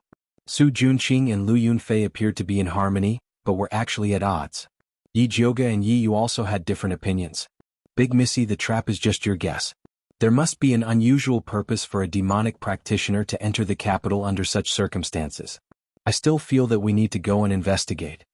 Yi Yu had an inexplicable intuition that the female demonic practitioner definitely knew about his sister, so he had to go. Seeing Yi Yu's determined face, Yi Jioga knew that he could not stop him, so he said, all right, for safety's sake, let's prepare first and go check tomorrow night. I'm afraid it will be late tomorrow. Yi Yu wanted to go now. If I say tomorrow night, then tomorrow night. If you don't listen to me, don't come and ask me for anything in the future. Yi Jioga's face darkened. At this time, Zishang's lazy voice sounded in Yi Jioga's ears. If you had listened to me and imprinted a slave contract on him, he definitely would not have dared to act recklessly. I have no interest in being a slave leader. Yi Jioga did not want to conquer the continent, so why would he need a slave? Everyone took what they needed and parted on good terms. Zishang was very dissatisfied with Yi Jioga's lack of fighting spirit, but he did not say anything more. Seeing Yi Jioga's expression constantly changing, Yi Yu thought that she was really angry, so he hurriedly said, "I'll listen to you. It's getting late, you go back first and come find me tomorrow night." Yi Jioga pinched the bridge of her nose. In order to recover the white bone flame, she had been running around for a whole day and was exhausted. "Sorry to disturb you, then you should rest well." Seeing the tired look on Yi Jioga's face, Yi Yu suddenly felt a little guilty. Yi Jioga half squinted her eyes, waved her hand, and like a wandering spirit, she returned to the house and fell asleep. The next day she went out for a stroll, inquired about some news and made some arrangements before returning to Purple Forest Park. After she changed into her night clothes, she saw that it was still early, so she went to the alchemy room to continue refining the third stage clear heart pill. Night quietly fell, there were no stars and no moon, and the cold wind blew the leaves making rustling sounds. Yi Jioga refined another 2 bottles of third stage clear heart pill, and when she walked out of the room, it was exactly midnight. Yi Yu was already waiting in the courtyard and said, "Eldest miss, the spy I placed in the Su residence reported that after that woman entered the Su residence, she was arranged by Su Junqing to stay in his study, and no one was allowed to enter or leave. Looks like Su Junqing is really afraid that we won't go find her." Yi Jioga smiled. Arranging a woman of unknown origin to stay in such a strange place like the study, as long as one was interested in the Su residence, they would not be able to resist investigating. "Eldest miss, why don't I go to the Su residence myself?" Yi Yu was not afraid of traps, but he was afraid of dragging Yi Jioga down. "Don't be silly, take this before entering the Su residence, it can resist Su Junqing's bewitching spell." Yi Jioga threw the newly refined clear heart pill to Yi Yu. "Many thanks." Yi Yu took the pill and once again rejoiced that he followed a pill master so he did not have to worry about pills. Yi Jioga put on her mask and quietly went to the Su residence with Yi Yu. Compared to the previous time when it was brightly lit, the current Su residence was much dimmer. Su Junqing's study is next to the main courtyard. Yi Yu stood in the shadows and pointed to the brightly lit small courtyard in the middle. Yi Jioga glanced at the main courtyard, and then looked at Old Master Su's small building and asked, "How is Old Master Su now? How else can he be? His descendants are filial, greet him in the morning and evening, and he is surrounded by servants. What a blessing." Yi Yu sneered. He hated everyone in the Su family including Old Master Su. "Knowing that he is not doing well, then I am relieved." Yi Jioga smiled. Until now the spirit doctors in Shangjing had not discovered that Old Master Su's coma was caused by a demonic technique, so there was no cure. Yi Yu deeply agreed with Yi Jioga's words and softly asked, "Eldest miss, do we go now?" "No rush, wait a little longer." Yi Jioga shook her head, now was not the time to go in. Chapter 143. Yi was a little confused. When he was about to ask Yi Jioga what was going on, he heard neat footsteps coming from the quiet street. He looked up and saw a group of soldiers, led by Wan Ziang and by Song Ling. As soon as they arrived at the Su family, they smashed the door and shouted, "Open the door, open the door." "Sir, it's so late. What's the matter?" the servant of the Su family asked in fear. "Get out of the way." Wan Ziang pushed the servant away and rushed in with his soldiers. Su Junqing stopped Wan Ziang with his guards and said gloomily, "You two are so powerful. What do you want to do by breaking into our Su family in the middle of the night?" "Someone reported that your Su family is harboring a heretic. Please cooperate with the investigation." Wan Ziang's eyes were cold and his attitude was tough. "You want to search our Su family with just one sentence? What does Lord Wan think of us?" Su Junqing said with anger. The guards behind him immediately pulled out their swords and stood in a row behind him. "What do you mean by this? The Emperor asked us to investigate the heretic. Do you want to defy the law?" Bai Songling began to make a big deal. "What do you mean by investigating the heretic? I think you want to avenge yourself." Su Junqing didn't give in. The situation immediately fell into a stalemate. "What are you waiting for? Go down." Yi Jioga elbowed Yi Yu, who was in a daze. "This is your arrangement?" Yi Yu looked at Yi Jioga in surprise. He didn't expect that she would call Wan Ziang. Of course, ordinary people like us have to report to the government immediately when we find a dangerous person. Yi Jioga smiled proudly. Okay, go down. I'll wait here. If there's anything, just send the signal. Yi Yu didn't say anything more. He took advantage of the chaos and sneaked into the main courtyard silently. He pried open the window of the study and landed on the ground. Suddenly he felt like stepping on mud. Yi Yu looked down and found that there was a layer of light red sand in the shadow of the floor of the study. He was about to leave when a sweet voice sounded in the study. What are you looking for, little brother? Do you need my help? Then, a fair and soft little hand reached into the shadows and tore off Yi Yu's mask with incomparable precision. Yi Yu raised his head and saw a girl in a pink dress standing in front of him. Aya, what a beautiful little brother. The young girl looked at Yi Yu with a hint of amazement in her eyes. Who are you? Yi Yu looked at the beautiful girl with vigilance. I'm Lu Yunfei, the third disciple of Bloodthirsty's forefather. You can call me Xiao Fei. Lu Yunfei twirled her hair with her fingers and smiled brightly. Bloodthirsty ancestor had many disciples, but he only had 3 direct disciples. Lu Yunfei was his last disciple. When Yi Yu heard the 3 words bloodthirsty sect, his heart skipped a beat. He calmly asked, why are you here? Are you also here to ask Su Junqing for human blood to cultivate? Hee, those who cultivate with human blood are all outer disciples, I don't need it. Lu Yunfei's big watery eyes looked ambiguously at Yi Yu's tall and straight body, revealing the unique desire of an adult woman. Her expression was pure and evil, innocent and lascivious. All kinds of complicated auras blended together to form a strange charm that could make men fall head over heels for her. Yi Yu felt a strange fragrance float past his nose, causing him to involuntarily take a step toward Lu Yunfei. But soon, an ice-cold bitterness rushed from his stomach to his brain. Yi Yu immediately woke up and retreated into the shadows again. He cautiously asked, since you don't need human blood to cultivate, why are you in cahoots with Su Junqing? Don't you know he's a liar? What do you mean? Have you been tricked by him? Lu Yunfei blinked and asked curiously. I haven't been tricked by him, but he tricked a man from Bloodthirsty sect called Su Hansen into a secret room and killed him to extract his blood. Yi Yu's mouth twitched and revealed a disdainful smile. He looked as if Bloodthirsty sect was full of idiots. What did you say? Su Hansen was killed by Su Junqing? Lu Yunfei's expression froze. She didn't expect to hear such news from Yi Yu. That's right, it was in the secret room of the house that caught fire on the west side. I hid in Su Junqing's shadow and saw it with my own eyes, Yi Yu said with certainty. Lu Yunfei's eyes narrowed and she inwardly judged the truth of Yi Yu's words. Logically, she shouldn't believe the enemy's words. But emotionally, it was very likely that Su Junqing would do such a thing. After all, Bloodthirsty sect believed in the law of the jungle. If she saw a heavily injured Bloodthirsty sect disciple in front of her, she would immediately kill him. The first thing she did was to kill Xiangong, not to heal him. Yi Yu saw Lu Yunfei's strange expression and didn't know if she believed his words. Seeing that there wasn't much time left, he couldn't help but say, I can help you deal with Su Junqing, but you have to help me with something. Help you with what? Lu Yunfei didn't need Yi Yu to deal with Su Junqing. She just wanted to tease him. Yi Yu hesitated. He wanted Lu Yunfei to help him find his sister. But if the people of Bloodthirsty sect knew how much he cared about his sister, he was afraid that his sister would be taken hostage.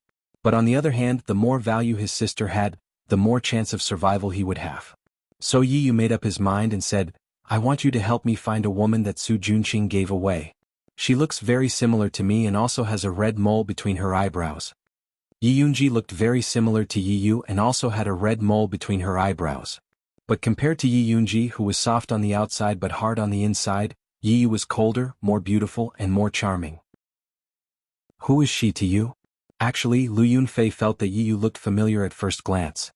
Hearing him say this, she immediately thought of the beloved pet of the Bloodthirsty sect's ancestor, the cat-like beauty that she received as a mission reward. She is my only family, Yi Yu said without hesitation. Aren't you afraid that I'll send this news back to Bloodthirsty sect? Lu Yunfei didn't know if Yi Yu was naive or stupid to directly tell others his weakness. I am. Yi Yu's beautiful face reflected a deep shadow under the flickering candlelight, carrying endless bitterness. But I'm more afraid that she's dead. Lu Yunfei's pupils involuntarily shrank. An indescribable feeling welled up in her heart. She grew up in Bloodthirsty sect and learned to drink blood before she learned to drink milk. Every day she thought about how to steal cultivation resources, how to kill and how to not be killed. The people around her were the same scum and scum. This was the first time she saw a fool like Yi Yu who valued family. This kind of fool was really hateful. Chapter 144. Lu Yunfei's nails pierced into her palm, but her face revealed an incomparably sweet smile as she said, "All right, you help me deal with Su Junqing and I'll help you find my sister. How are we going to contact each other?" "I'll come find you." Although Yi Yu made a deal with Lu Yunfei, he did not trust her. "But I won't be staying here for long." Lu Yunfei pouted. "Where are you going?" Yi Yu asked. "I'm going to the Medicine Refining Valley. In 10 days there will be an alchemy competition there. I'll see you then." Lu Yunfei smiled as if she was meeting her lover. Medicine Refining Valley alchemy competition? Why are you going there? Yi Yu immediately asked. You'll know when the time comes. But the next time we meet you'll be mine." Lu Yunfei's figure gradually disappeared in the air, leaving behind only a hint and a declaration in the empty study. Yi Yu furrowed his brows and carefully searched the study. Other than a few bottles of human blood in a secret compartment, there was nothing else. Lu Yunfei was also nowhere to be found. At this time the quarrel outside was getting more and more intense. Yi Yu was worried that Wan Ziang could not withstand the pressure from Su Junqing, so he could only leave unwillingly. Yi Jioga had been paying close attention to the movements in the study. When he saw Yi Yu come out, he blew the signal that he had agreed with Wan Ziang.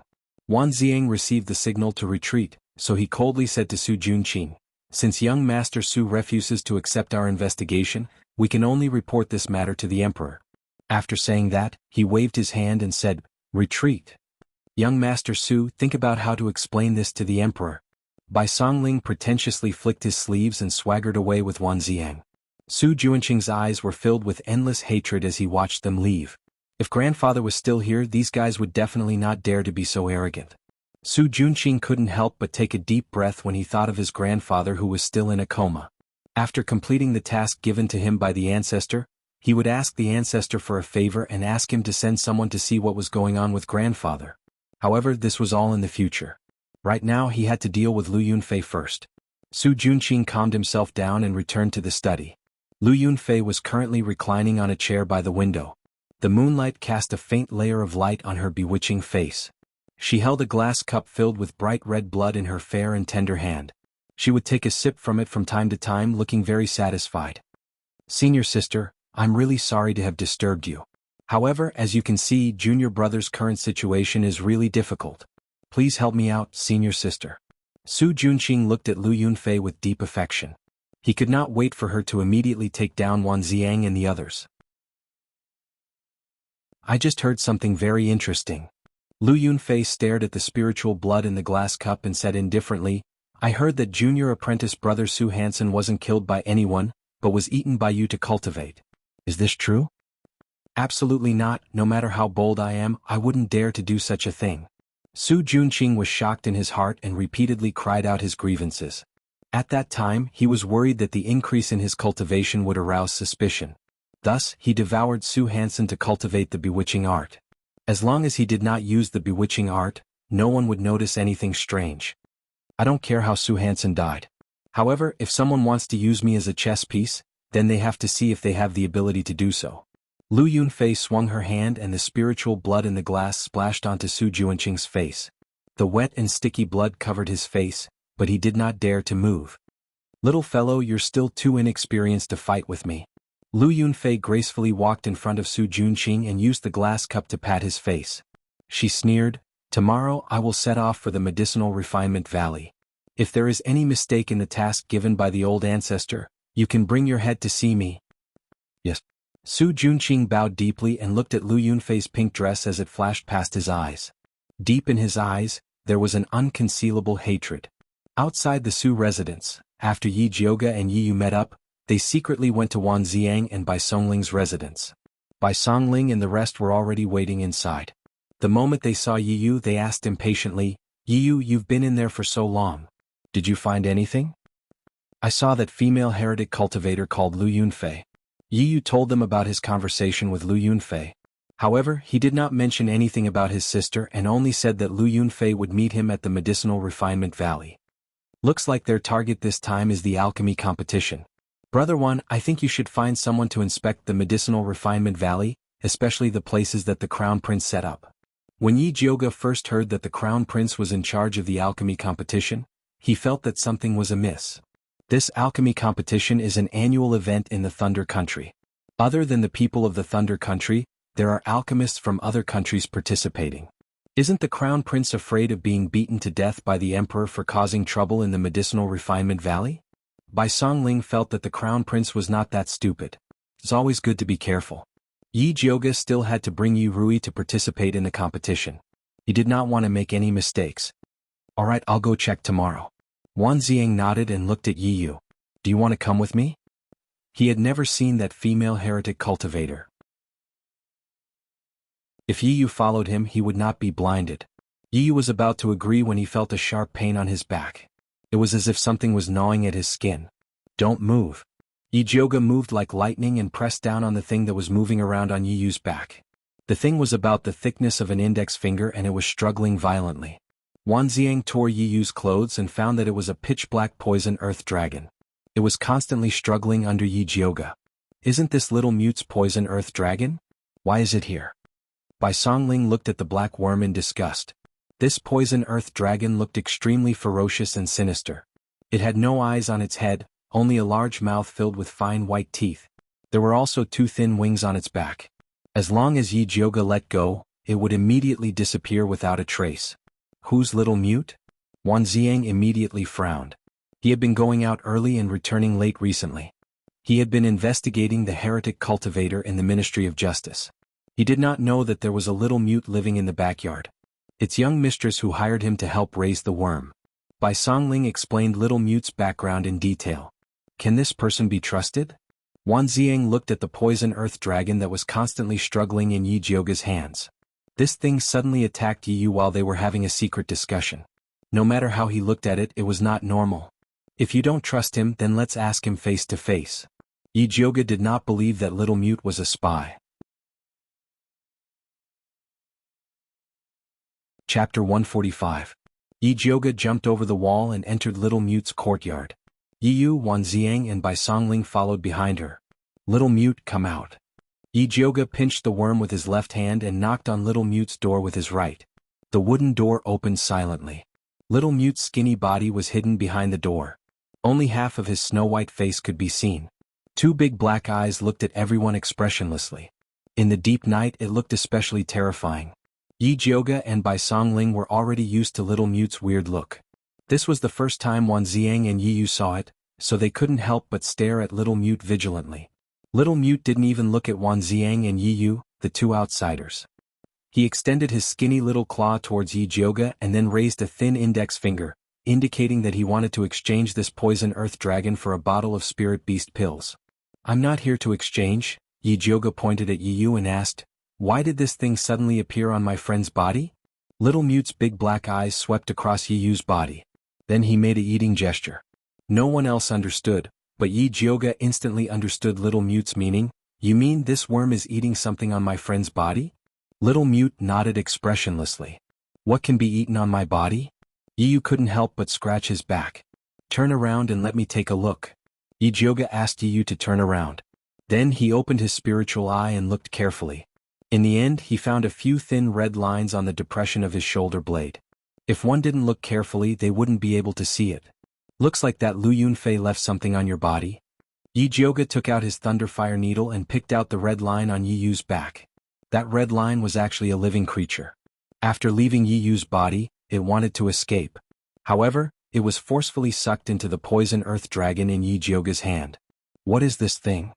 Bai Songling looked at the poison earth dragon and then at Yi Yu's back. She had goosebumps all over her body. This is a small poisonous worm used for tracking. When it's not activated, it hides very well. Once it is activated, it can find you from thousands of miles away.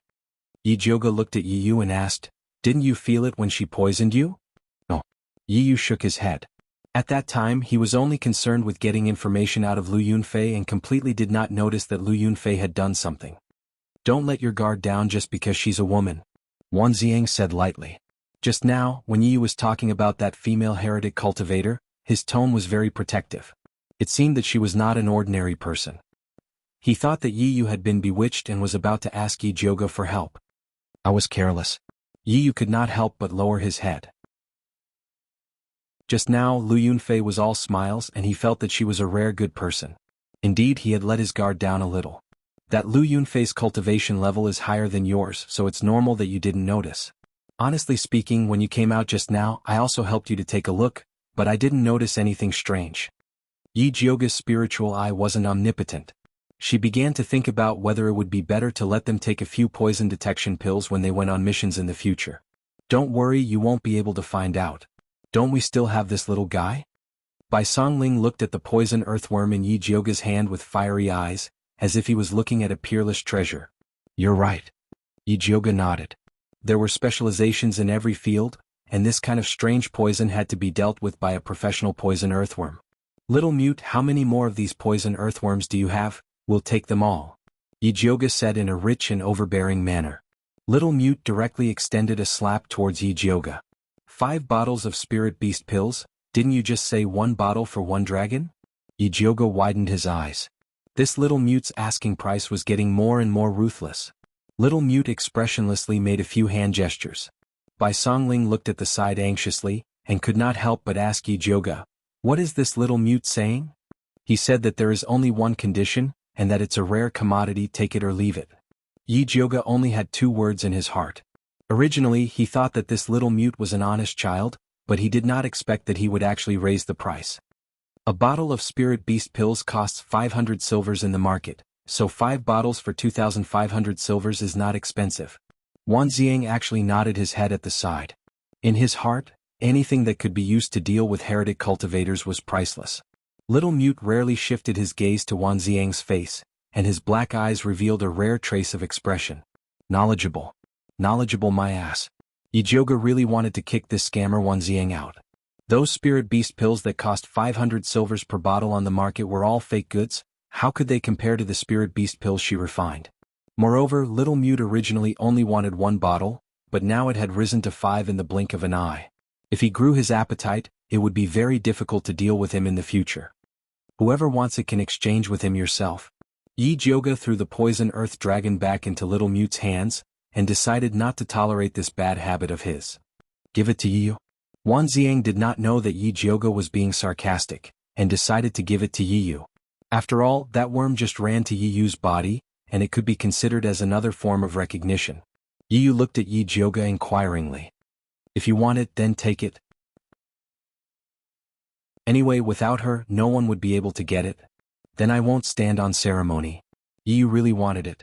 In the future, he still had to go to the bloodthirsty sect to save his sister, and this worm would undoubtedly be a good helper. Little Mute, since he has already decided to buy it, why don't you give this worm to him first? Bai Songling felt that since everyone was so familiar with each other, it would not be a problem to take the goods first.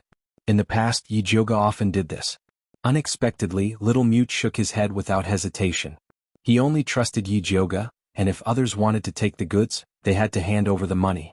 Then I will go buy spirit beast pills tomorrow morning to exchange. Although Yi Yu also wanted to take the worm immediately, he still respected Little Mute's opinion.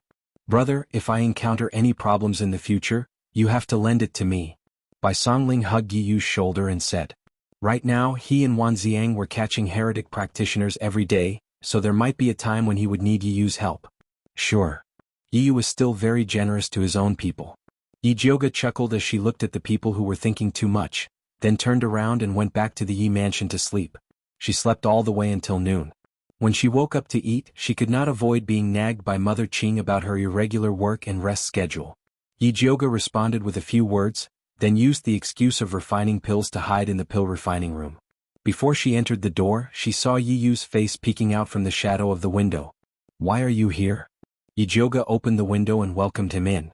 Eldest miss, that Little Mute is suddenly unwilling to exchange again. Yi Yu looked at Yi Jioga helplessly. Last night, they had clearly agreed on 5 bottles of spirit beast pills, but after that Little Mute smelled those spirit beast pills, he refused to exchange. They could not understand Little Mute's hand gestures, so they could only ask Yi Jioga for help. Chapter 146. Yi Jioga had already expected this situation. She took a bottle of spirit beast dawn and went to Little Mute's residence with Yi Yu.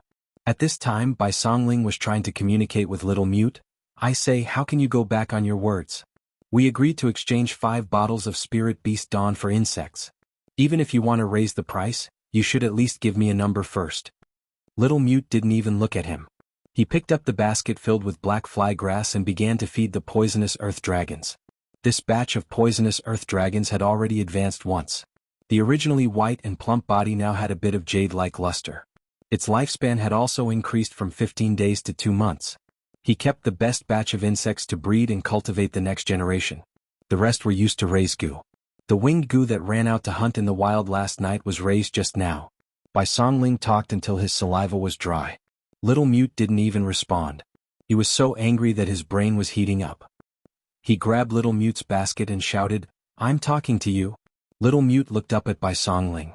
His wooden face didn't have any expression, but it inexplicably made people feel afraid. Yijioga happened to come in at this time. Seeing this situation, she immediately raised her eyebrows. "Brother Xiaobai, what do you mean by this? Are you trying to bully people?" "I don't dare to bully him. He's bullying me." Bai Songling awkwardly handed the basket to Little Mute. Little Mute took the basket and looked at Yijioga. "I heard you don't want to exchange with them?" Yijioga asked. Little Mute fanned his nose with his hand and gave a thumbs down to Bai Songling. "What do you mean?" Bai Songling was so angry that he stomped his feet. "He means that the Spirit Beast Dawn you brought are fake." Yijioga translated. "Bullshit. This is refined by our 100 Herb Hall's level 3 pill refiner. How can it be fake?" Bai Songling angrily said. Selling fake pills was the most vicious slander to a pharmacy. No one could stand it. Little Mute didn't say anything. His eyes naturally revealed a look of disdain. "Actually, Brother Xiaobai isn't wrong. The pills he gave you are the best pills on the market. It's just that the pills you ate in the past were personally refined by me, so they aren't sold on the market." Yijioga returned the gesture that Little Mute gave her last night. A bottle of Spirit Beast pills for a worm. Elder Sister's medicinal pills are a rare commodity. It's up to you whether you want them or not. Little Mute furrowed his brows and his little face became a little conflicted. In fact, he also knew that what Yijioga said was true. The Spirit Beast pills that Bai Songling and the others brought were not bad, at least they were better than the ones he had secretly obtained before. After using the medicine personally refined by Yijioga, he didn't care about the others. Little Mute was straightforward and agreed right away. Yijioga did not make things difficult for him. He took out the Spirit Beast pills he had prepared and successfully exchanged them for that super worm goo. "How do I control this thing?" Yijioga asked. Little Mute's eyes lit up, and he stretched out his hand to ask for the spirit pill again. "Little friend, I'd advise you to be a bit more honest. You're still too inexperienced when it comes to raising prices." Yijioga smiled warmly. If Little Mute really wanted to play tricks on her, she wouldn't mind doing the same to him in the future. Little Mute wisely retracted his hand and pinched the goo worm. It was unknown how he communicated with that worm goo. That sinister poison earth dragon goo let out a squeak and flapped its wings to fly to Yiyu's hand. It bit his middle finger and then lay there motionlessly. It recognized me as its master. Yiyu raised his head in shock. After the little thing drank his blood, he felt that he had established a faint connection with it. "Little Mute, will this thing of yours have any backlash when it recognizes you as its master?" Bai Songling was a bit worried and felt that this thing was a bit strange. Little Mute gave Bai Songling a disdainful look and continued to feed the poison earth dragon with the little basket. "Zishang, will the thing he raised have any backlash?" Yijioga decided to ask his sugar daddy Zishang. After all, this Little Mute was personally appointed by him. "You're thinking too much. It doesn't have the ability to control these little worms right now." Zishang lazily replied. "Doesn't have it now? Does that mean it will have it in the future?" Yijioga asked vigilantly. The poison testing pills that noble consort Shi and Dongfang Ke were eating were all made from the poison earth dragons that Little Mute raised. If he could control these poison earth dragons, then wouldn't he be inviting a wolf into the house? "And it will probably be after eating this bottle of Spirit Beast pills you gave me," Zishang replied seriously. "Then can the thing he raised still be used?" Yijioga suddenly wanted to take back the bottle of Spirit Beast pills. "He can control those worms. Can't you control him?" Zishang's voice was a bit malicious. He deliberately brought this little guy over because he wanted to see if Yijioga would still say that he didn't want to be a slave leader after this little thing lost control. "What is this Little Mute's background?" Yijioga asked.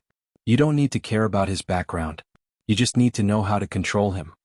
Zishang directly gave Yi Jioga a ball of light.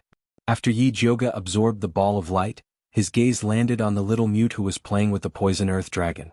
She saw that he was wearing a blue cloth, the sleeves of his clothes were dirty, and his hair was tied up messily. He didn't touch any of the new clothes that Bai Songling gave him.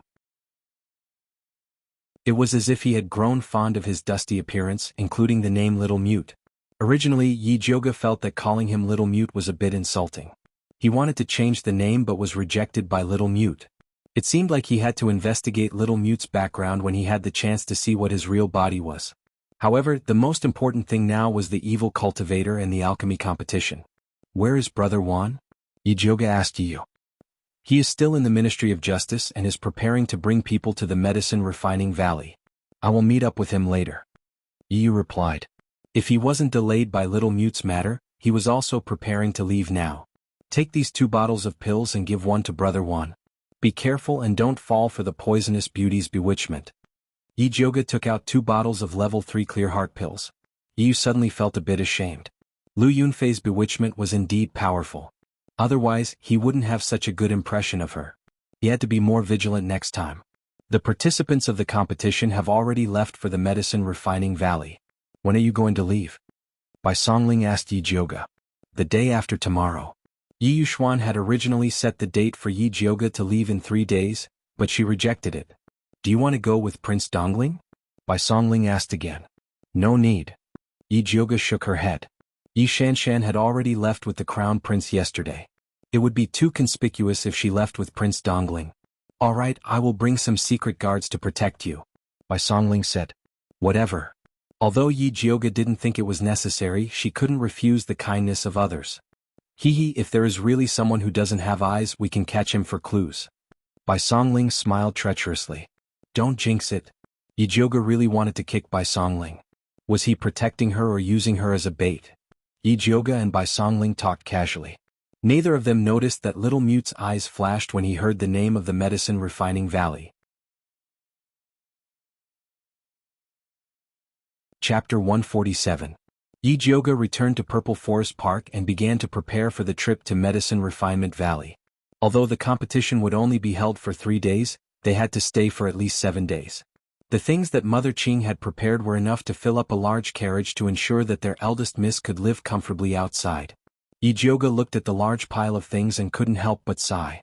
It would be great if she had a storage bag. However, storage bags were too expensive and couldn't be bought in Thunder Country. She had to go to Great Spiritual City. It was said that one needed spirit coins to buy a storage bag and gold was useless. With her current cultivation, she didn't even need to think about it.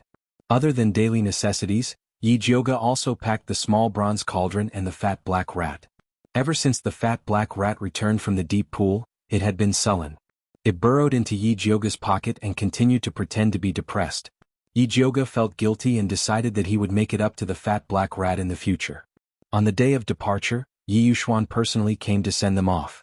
Su Yufeng used the excuse that she wasn't feeling well and did not come out. Although Yi Yuxuan was unhappy with Yi Jioga, he treated Yi Rui well. For Yi Rui's sake, he sent 10 guards with a spirit practitioner surnamed Pan to escort them. Yi Jioga and the group set off in the morning and arrived at Medicine Refinement Valley at dusk. Medicine Refinement Valley was located on a flat ground between 2 small mountains. The imperial family had specially funded the construction of Medicine Refinement City and assigned people to manage it. Yi Jioga looked out the small window of the carriage. He saw a magnificent castle spanning between the mountain ridges. The gray city walls were 300 to 400 feet tall, and as far as the eye could see, there were many tall buildings. Big sister, why did the emperor build this castle here? Yi Rui asked curiously. I heard that behind Medicine Refinement Valley is a third-rank spiritual land filled with all kinds of precious spiritual herbs. That's why he built the castle here. Yi Jioga heard this from Bai Songling. Third-rank spiritual lands were extremely rare in Thunder Country and the imperial family naturally treasured them. Medicine Refinement Valley was rarely open to the public. Only during the alchemy competition would they welcome outsiders. Oh. Yi Rui nodded, not really understanding. The pills she could refine were all very low grade and did not understand how precious a spiritual land that could be guarded by a city was. Yi Jioga wanted to broaden Yi Rui's horizons, so he got off the carriage and held her hand as they walked into the Medicine Refinement Valley. Although it was already dusk, the city was still very lively. The streets were filled with shops selling medicinal ingredients, pill furnaces, and ores. There were also many outsiders who directly spread a piece of cloth on the ground and placed their goods on it. Dear customers, please don't miss this opportunity. The street stalls sold everything including common spirit herbs, ores, and animal bones. There were even stalls selling stones and tree roots. The streets were crowded with people, many of whom were dressed strangely. It was obvious that they were from other countries. This was the first time Yurui had seen such a lively scene. She was so excited that her face turned red. She looked like she was itching to go shopping. Young miss, shall we go to the alchemy tower to settle down first? Team leader Pan asked respectfully. The participants of the alchemy competition were all staying in the alchemy tower prepared by the Dongfang family. There's no hurry. Yijioga also wanted to have a good stroll. She and Yi Rui shopped around a few shops and bought some ingredients for concocting pills before heading towards the medicine refining tower. When they passed by an old and shabby shop, Yijioga's heart suddenly moved and she couldn't help but stop. Go in. Zishang suddenly spoke. Is there a treasure inside? Yijioga was a little excited. She knew that this shop was strange. That's right. Moreover, it is a treasure that is very useful to this sovereign. If you don't move, then don't blame this sovereign for personally taking action. Zishang's voice carried a rare urgency. My king, please be more obedient. If Zishang really showed himself here, the entire alchemy city would probably go crazy. Big sister, what's wrong? Yirui lifted her head and asked in confusion. Come, let's go in and take a look. Yijioga pulled Yirui into the small shop. Because the shop was too small, team leader Pan and the guards couldn't enter and could only guard the entrance. The guard was a white-haired skinny old man with a face full of wrinkles. He wore a dirty gray robe and didn't even lift his eyelids when he saw the guests enter. He continued to nap on the stool. Which treasure are you talking about? Yijioga opened her spiritual eye and carefully inspected the shop from top to bottom. The things here were a mess. There wasn't even the slightest bit of spiritual energy. She didn't know which was the treasure. It's under your feet, the stone used to pad the shelf. Zishang transmitted. Yijioga lowered her head and saw that there was indeed a square gray brick under the shelf. There was a thick layer of dust on top of it. It was as if it had already become one with the shelf. If one didn't look carefully, they wouldn't be able to see it. You call this a treasure? Yijioga was speechless. She didn't expect Zishang to have a hobby of collecting bricks. This isn't an ordinary brick. You wouldn't understand even if I told you. Hurry up and buy it. Zishang's tone was unquestionable. Yijioga felt that it was a little difficult. If she bought a brick for no reason, it might arouse the suspicion of the shop owner. At that time, he might treat it as a treasure and raise the price. The most common method was to buy a few good things and ask the shop owner to buy the brick. However, this shop was really shabby. It seemed like there wasn't anything valuable here. Big sister, what is this? Yirui pulled out a box of light green beads from a messy pile of miscellaneous items in the corner. Yijioga glanced at it and said, This is a wooden bead. It has a certain effect on wood spiritualists. However, the spirituality inside has already been completely lost. Is that so? I think it's pretty. Yirui held the wooden bead and looked like she couldn't bear to let it go. Yijioga suddenly had an idea. If she bought a brick, it would arouse suspicion. However, if it was a child like Yirui, it might not necessarily be the case. After all children have the right to be willful. Yijioga was just about to ask Yirui to buy a brick for him when he realized that his body suddenly couldn't move. Why go through so much trouble? Zishang was a little impatient. He directly controlled Yijioga's body and pulled out the brick from under the shelf. He threw it on the table and said coldly, Name your price. The messy old man slowly opened his droopy eyelids. His muddy old eyes glanced at the gray brick. He stretched out his palm and said slowly, 5,000 taels of silver. Before Yijioga could say anything, Yurui's eyes widened in shock. What? You want 5,000 taels of silver for a broken brick? No. The old man shook his head and said unhurriedly, It's not silver, it's gold. Yurui opened her mouth and looked at the old man in shock. She then turned to look at Yijioga with an expression that said, You don't really want to buy it. Yijioga knew that this old man would ask for a sky-high price. However, she would be crazy to buy a brick with 5,000 taels of gold. Chapter 148. Zishang subconsciously wanted to kill this greedy old man but was stopped by Yijioga. Don't do anything stupid. There were so many people watching her come in. If the shop owner suddenly died, Wouldn't that be telling everyone that he had something to do with it? You humans are so troublesome. Zishang was annoyed. The demon race would snatch whatever they wanted. Only the hypocritical human race would go around in circles. Give me back my body if you think it's troublesome. Yijioga roared in his mind. A problem that could have been easily solved was now complicated by him. No. Zishang decisively refused. Yijioga almost went crazy, but his consciousness was suppressed by Zishang. He couldn't return to normal no matter what. Yirui didn't notice Yijioga's abnormality. She rolled her eyes at the old man and said angrily, I think you've gone crazy thinking about money. Big sister, let's go. With that, she grabbed Yijioga's hand.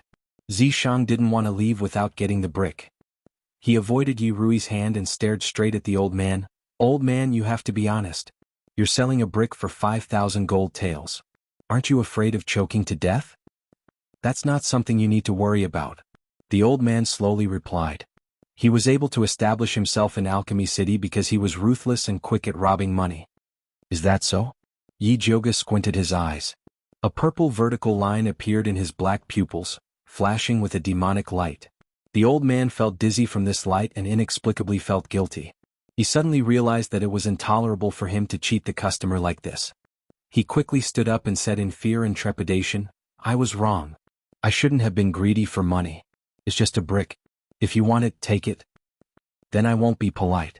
Yijioga's red lips curled up and his eyes returned to normal. Yijioga finally regained control of his body. He cursed Zishang's tyranny while reaching for the brick. At this time, Yi Shanshan's voice came from outside.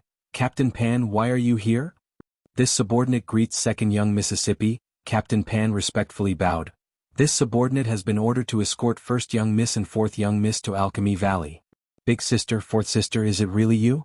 Yi Shanshan, who was wearing a blue dress, walked into the shop. Behind her was a young girl in a gorgeous golden dress.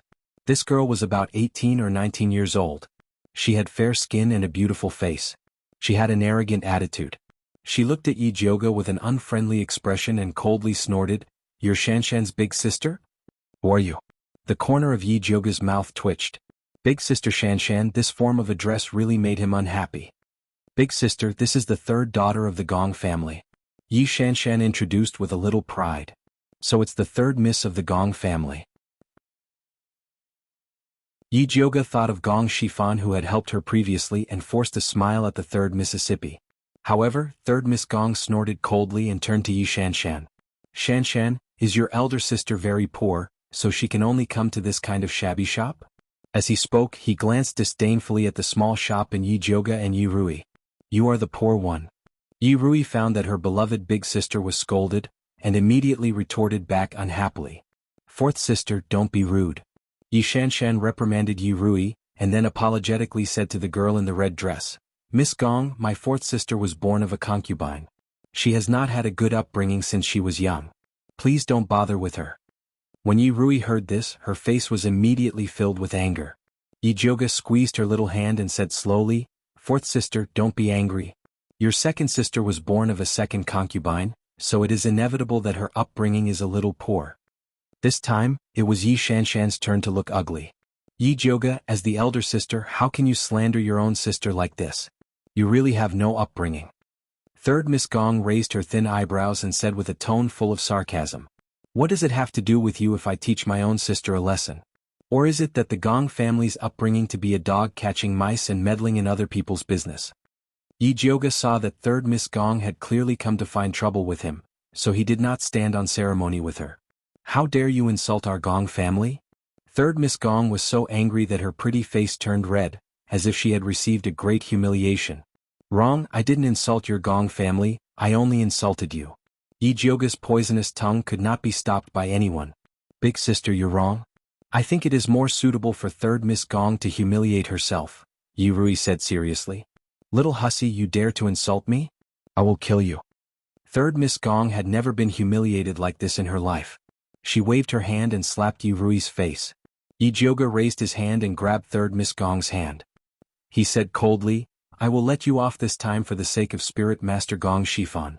If you dare to make a move again, don't blame me for being impolite. You want to use the Gong family to suppress me? You think too highly of yourself. Third Miss Gong's body suddenly emitted a pale green light. It turned into a sharp wind blade and attacked Yi Jioga's chest. Fortunately, Yi Jioga was already prepared. He lifted his leg and kicked Third Miss Gong's abdomen. Third Miss Gong screamed and flew out. She lay on the ground in a sorry state. The wind blade did not hit Yi Jioga, but it cut the beam of the shop. The old roof immediately collapsed. Yi Jioga grabbed Yi Rui with one hand and the old man with the other. He finally rushed out of the house before it completely collapsed. "Big Miss, are you okay?" Hua Dai and Yu Dai immediately rushed over. Their faces were pale with fear. "I am fine." Yi Jioga shook his head. "Big sister, you are too much. How can you treat Third Miss Gong like this?" Yi Shanshan fiercely scolded Yi Jioga. Then she eagerly went to help Third Miss Gong. Third Miss Gong stood up in a sorry state. She fiercely shook off Yi Shanshan's hand and said to Yi Jioga, how dare you treat me like this? Our Gong family will not let you off. If you have the ability, fight me one-on-one. Don't drag your Gong family into this." Yi Jioga was not afraid of Third Miss Gong's threat. No matter how powerful she was in the Gong family, she could not be more respected than the first grandson Gong Baiyu. As long as Yi Jioga grasped the method to cure Gong Baiyu's eye disease, the Gong family would probably force Third Miss Gong to apologize. Third Miss Gong's eyes were red. Her hand flashed with green light and she was about to make a move. "Third Miss Gong, you can't." Yi Shanshan hurriedly stopped her and anxiously advised, "You can't use force in Alchemy City. Otherwise you will be disqualified." Although Yi Shanshan wished that she was the only one participating in the alchemy competition, if she did not stop Third Miss Gong, the Crown Prince would not let her off. Scram. Third Miss Gong fiercely glared at Yi Shanshan. Yi Shanshan's expression also turned ugly. Although she wanted to curry favor with the Gong family, being scolded by Third Miss Gong time and time again made her very angry. She did not want to stop her. Just as Third Miss Gong was about to make a move, a familiar voice suddenly sounded. "Stop."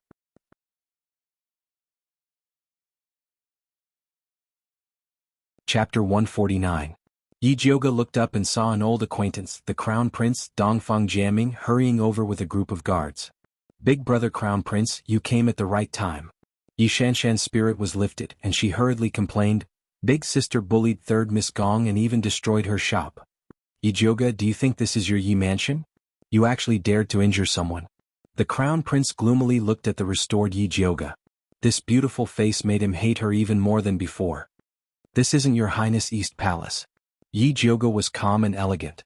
The Crown Prince immediately ordered his guards, "You're twisting words and forcing logic. Men, arrest this troublemaker." Hua Dai and Yu Dai anxiously stood in front of Yi Jioga. Yi Jioga raised his brows. "Your Highness, I'm here to participate in the alchemy competition. Don't you think you're being too arbitrary by arresting me without reason? The facts are clear and conclusive. There's no point in quibbling."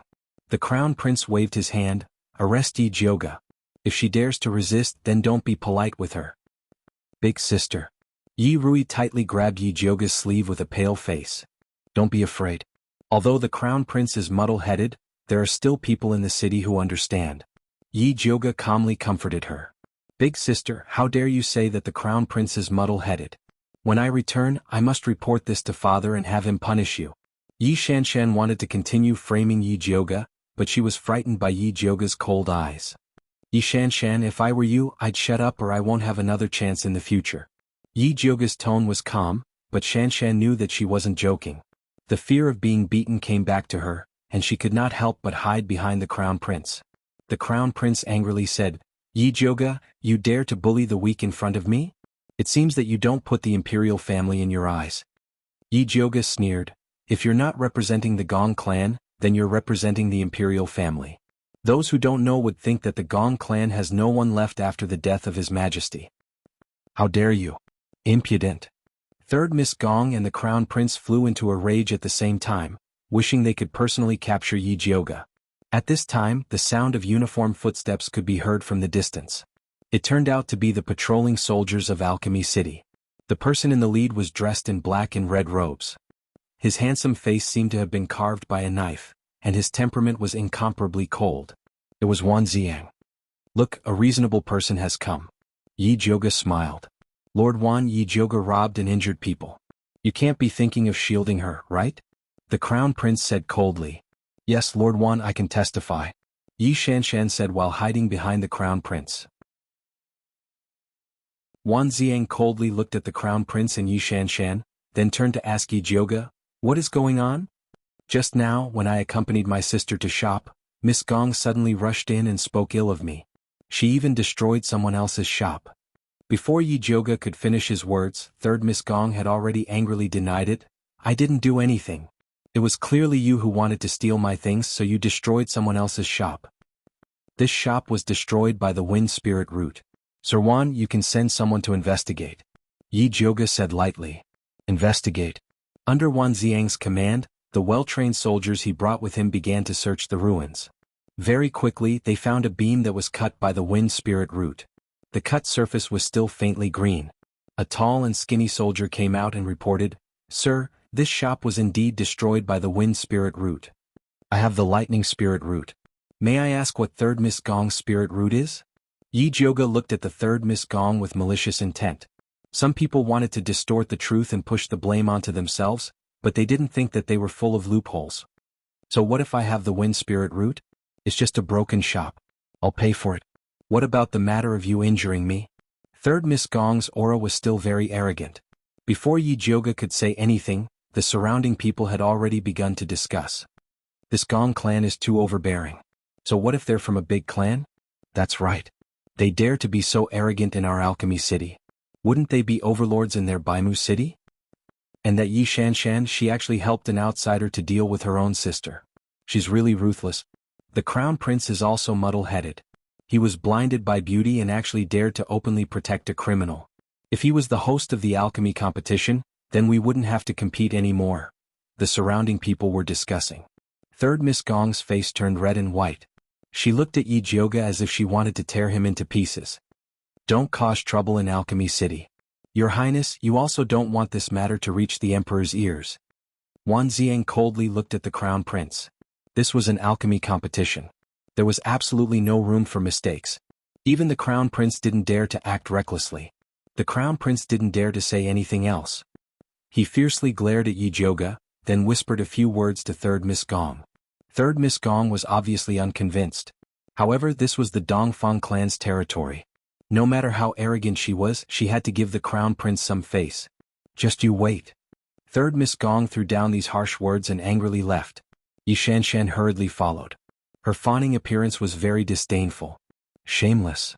Yi Rui disdainfully looked at Yi Shanshan's back as she left. She simply didn't want to admit that this person was her second sister. "Say less." Yi Jioge patted Yi Rui's shoulder. Arguing with Yi Shanshan in front of outsiders would only make her a laughingstock. He would deal with her when they got back. Yi Rui bit her lips and didn't say anything. At this moment, the dizzy old man finally came back to his senses. Looking at the collapsed store, he immediately screamed, "My store!" Yi Jioge just remembered a very important question. Where was my brick?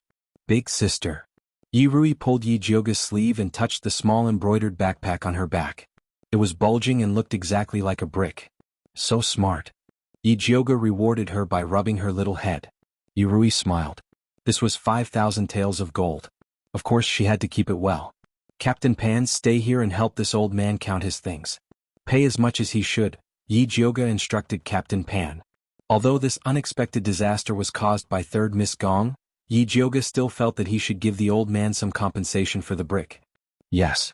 Captain Pan nodded respectfully. As a guard, he had failed to stop third Miss Gong's attack on first Miss Gong. Now he had to make up for his mistake.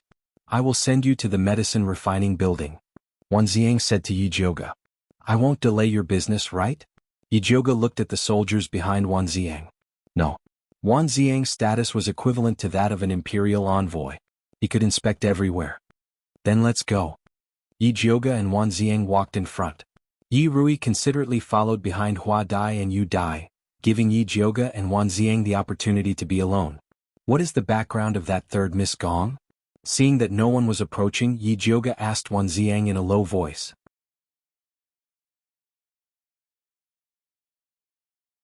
Chapter 150. That third Miss name is Hongyu, but she's the daughter of a side branch of the Gong clan. She's always been in love with His Highness, so she must have heard some rumors to misunderstand you," Wan Ziang said. "What rumors?" Yi Jioge felt that his relationship with the prince was purely doctor-patient. What rumors could there be? For some reason, Wan Ziang sighed in relief after seeing Yi Jioga's confident attitude. Dong Fengke had outstanding aptitude, a powerful background and a handsome appearance. He'd always been the dream lover of the capital's girls. However, Yi Jioga didn't have any improper thoughts about him. It seemed that Dong Fengke's plans were destined to fail. What rumors could there be? It's just second sister trying to sow discord, Yi Rui said with a taut face. Do you need my help? Wan Ziang also felt that the second miss had gone too far. It's fine, let her speak. The more she says now, the worse she'll die in the future. Yi Jioga smiled mockingly. Yi Shanshan was so close to the crown prince. She wouldn't even know how she would die in the future. Wan Ziang didn't mind Yi Jioga's business after seeing that he didn't need his help. Where's Songling? Didn't he say he'd escort you here? Wan Ziang looked around and asked in confusion. I don't know, I've never seen him before. Yi Jioga's journey had been smooth, so he didn't go looking for him. That shouldn't be. Wan Ziang found it strange. With Bai Songling's gossipy personality, he should have rushed out to save the damsel in distress after seeing Hong Yu attack Yi Jioga. It's fine, I don't need his protection anyway. Alright, have you found Lu Yunfei yet? Yi Jioga was more concerned about the heretical cultivator's activities. Not yet. Wan Ziang shook his head. He was currently in charge of the city's defense while Yi Yu cooperated in secret. However, they still hadn't found any traces of Lu Yunfei.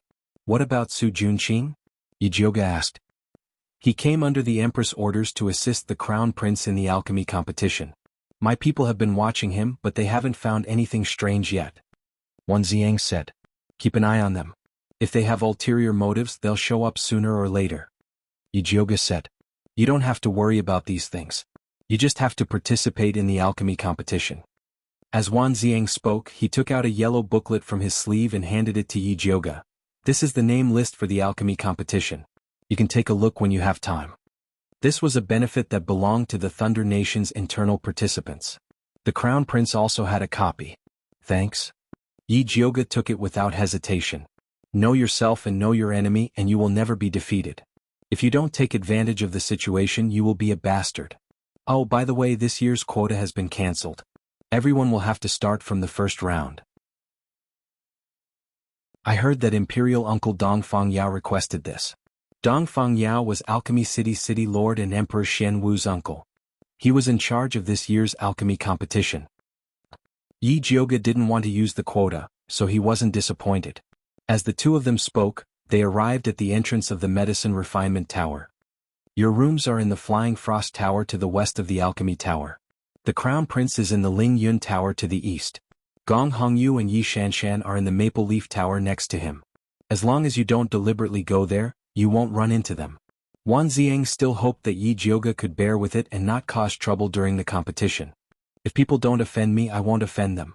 If the Crown Prince and Gong Hongyu didn't have eyes, they couldn't blame her for being impolite. Wan Ziang knew Yi Jioga's temper very well. When he heard this, he could only smile helplessly. Then he ordered a soldier beside him, call Aunt Chang over.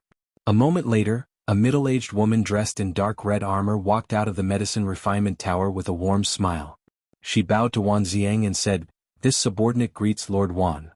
Jioga, this is Aunt Chang in charge of the Medicine Refinement Tower. If you have any problems in the future, you can look for her. Wan Ziang implied that this Aunt Chang was one of his own. This servant greets young lady Yi. Good luck to the young lady.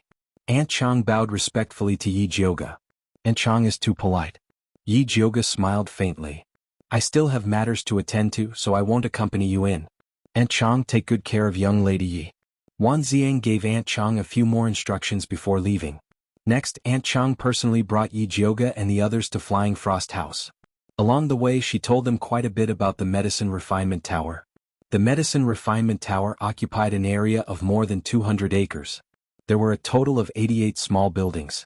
They were built according to north, south, east, and west around the Medicine Refinement Tower. The Medicine Refinement Tower was the venue for their upcoming competition. Currently, there were 53 alchemists residing in the Medicine Refinement Tower. There were 30 women and 23 men. Most of them were at the first rank. After Aunt Chang brought Yi Jioga and the others to Flying Frost House, she said, If young lady has no other instructions, this subordinate will take her leave. Sorry to trouble you, Aunt Chang. Yi Jioga glanced at Hua Dai. The little girl was very perceptive and stuffed a pouch into Aunt Chang's hands. Young miss, you're too kind. Aunt Chang declined verbally, but her hands quickly took the pouch with a greedy look on her face. After Yi Jioga had Hua Dai send Aunt Chang out, she began to examine the two-story building made of green bamboo in front of her. The front yard of the building was on the left, while the backyard was on the right. There was a clear distinction between them. However, what Yi Jioga was most satisfied with was the flying frost tree planted in the backyard. The azure leaves shone faintly under the sunlight, and they even carried a faint fragrance. There were 2 servant girls and 2 female servants in the flying frost house.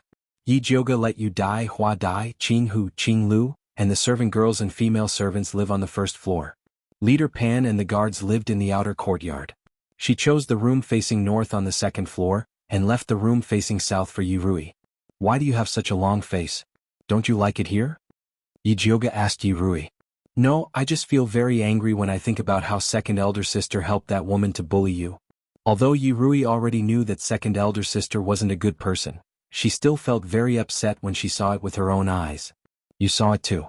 It's not that easy for them to bully me. Yi Jioga poked Yi Rui's angry little face and said, Alright, give me the brick. Yi Rui obediently took out the brick and asked curiously, Big sister, what kind of treasure is this? Why do you have to buy it? Children shouldn't ask so many questions. You've been tired for the whole day. Hurry up and rest, or else you won't have the energy to participate in the competition. Yi Jioga didn't even know what kind of treasure this brick was, so how could he answer Yi Rui's question? Fortunately, Yi Rui wasn't very curious. Since Yi Jioga didn't want to say anything, she didn't continue asking. She turned around and returned to her room.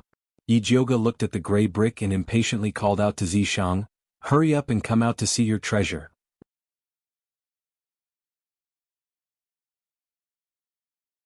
Chapter 151. Zishang immediately revealed himself. His vertical pupils stared fixedly at the brick, his snake tail wagging non-stop. He didn't even bother to hug Yi Jioga. What kind of treasure is this? This was the first time Yi Jioga saw Zishang so excited. This is a form transformation bead. It disappeared after the demon war. I didn't expect it to be here. Zishang felt that his luck was off the charts. With this, he could completely transform into a human. If the form transformation bead is so precious, why would it be used as a brick to pad a shelf? Yi Jioga found it unbelievable. Who knows? Zishang didn't care about this. He wiped his palm on the brick and sucked out an azure blue bead that emitted a faint fragrance. Yi Jioga was attracted by the fragrance and couldn't help but swallow her saliva.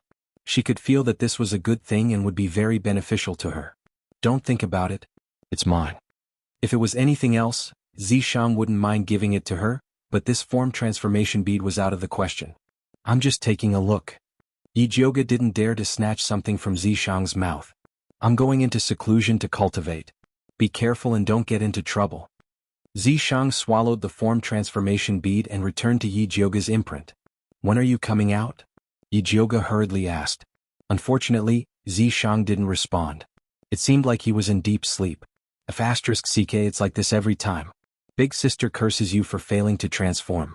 Yi Jioga cursed inwardly. Following that, she had dinner and took care of some miscellaneous matters before returning to her room to flip through the yellow booklet Wan Ziang gave her. There was a detailed introduction of each contestant's situation, and even the address of their medicine refining tower was recorded. This batch of contestants, including her and Yi Shanshan, had a total of 6 second-rank pill refiners.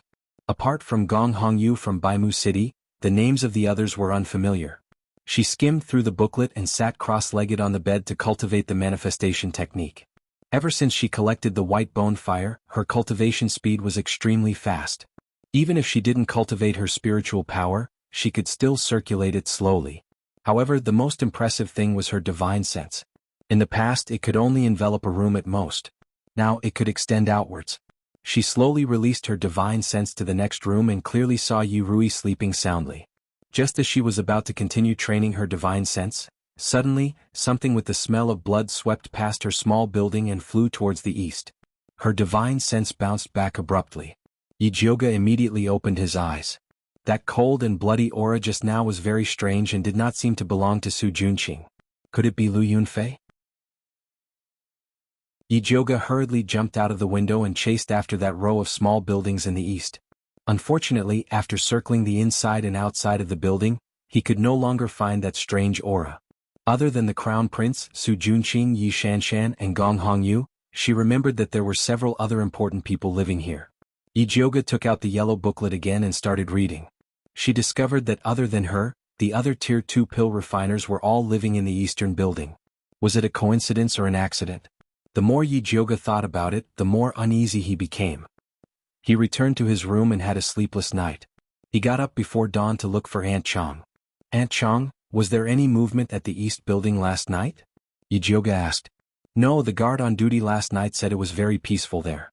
Did young Miss discover something? Auntie Chong quickly asked. If Yi Jioge discovered something and they did not know about it, then they would have failed in their duties.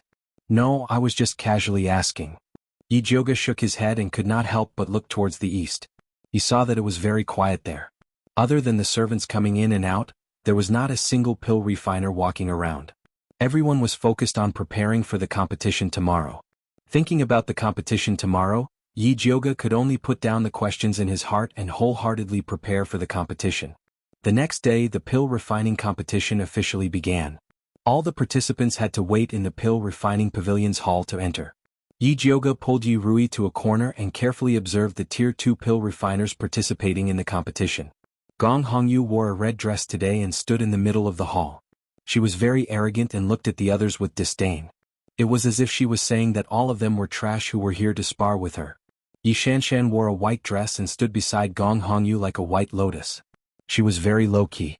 A young man with a head full of small braids and dressed in a black and red robe stood in the left corner. His eyes wandered around and he was very vigilant. A middle-aged woman with high cheekbones, a mean face and thin wrinkles on the corners of her mouth stood in the right corner. She looked very aloof. A tall and sturdy man with short hair stood by the door. His eyes were sharp and his face was dark. Although he looked like a martial artist, he was 100% a second-rank pill refiner. As Yi Jioge was studying them, they were also sizing up each other to assess the gap between them. Yi Jioge's reputation as a trash had spread far and wide, so these alchemists did not put her in their eyes. Most of their attention was on Gong Hongyu and Yi Shanshan. Big sister, why hasn't the competition started yet? Yi Rui was a little tired from standing. Soon, just wait a little longer. Just as Yi Jioge finished speaking, 20 young men wearing green bamboo embroidered robes walked in from the back. These were the students of Alchemy City. They were responsible for all aspects of the competition. One of the students held a large green box in his hand and announced, "Honored guests, please come and draw lots. The number you draw will represent the room you will be using later." Yi Jioge drew number 36, while Yi Rui drew number 48. After drawing lots, the students stood in 2 rows and shouted in unison, "Greetings, Grandmaster Dongfang." Tap tap tap. A gray-robed old man with messy hair and a wizened face walked in. This was the Thunder Nation's 5th-rank alchemist in charge of this competition, Dongfang Yao. This old man's white hair was tied up with a piece of cloth. A few strands fell on his forehead. One side of his sleeves was long and the other short. One look and you could tell he was someone who didn't care about what the world thought of him. He had spent his entire life guarding Alchemy City and was widely recognized as a pill-refining madman. Every year he would be the judge for the competition. He was a very fair person and everyone trusted him. Dongfang Yao was a man of few words. He immediately rang the bell and announced the start of the competition. Yi Jioge's alchemy room was in the middle right corner with a simple layout. On the left was a second-grade alchemy cauldron while on the right were tools used to process ingredients. None of the alchemy rooms had roofs so that the judges could observe from above. Today's test is the heart-nourishing pill. Dongfang Yao's voice echoed throughout the venue. Yi Jioge was startled when she heard the question.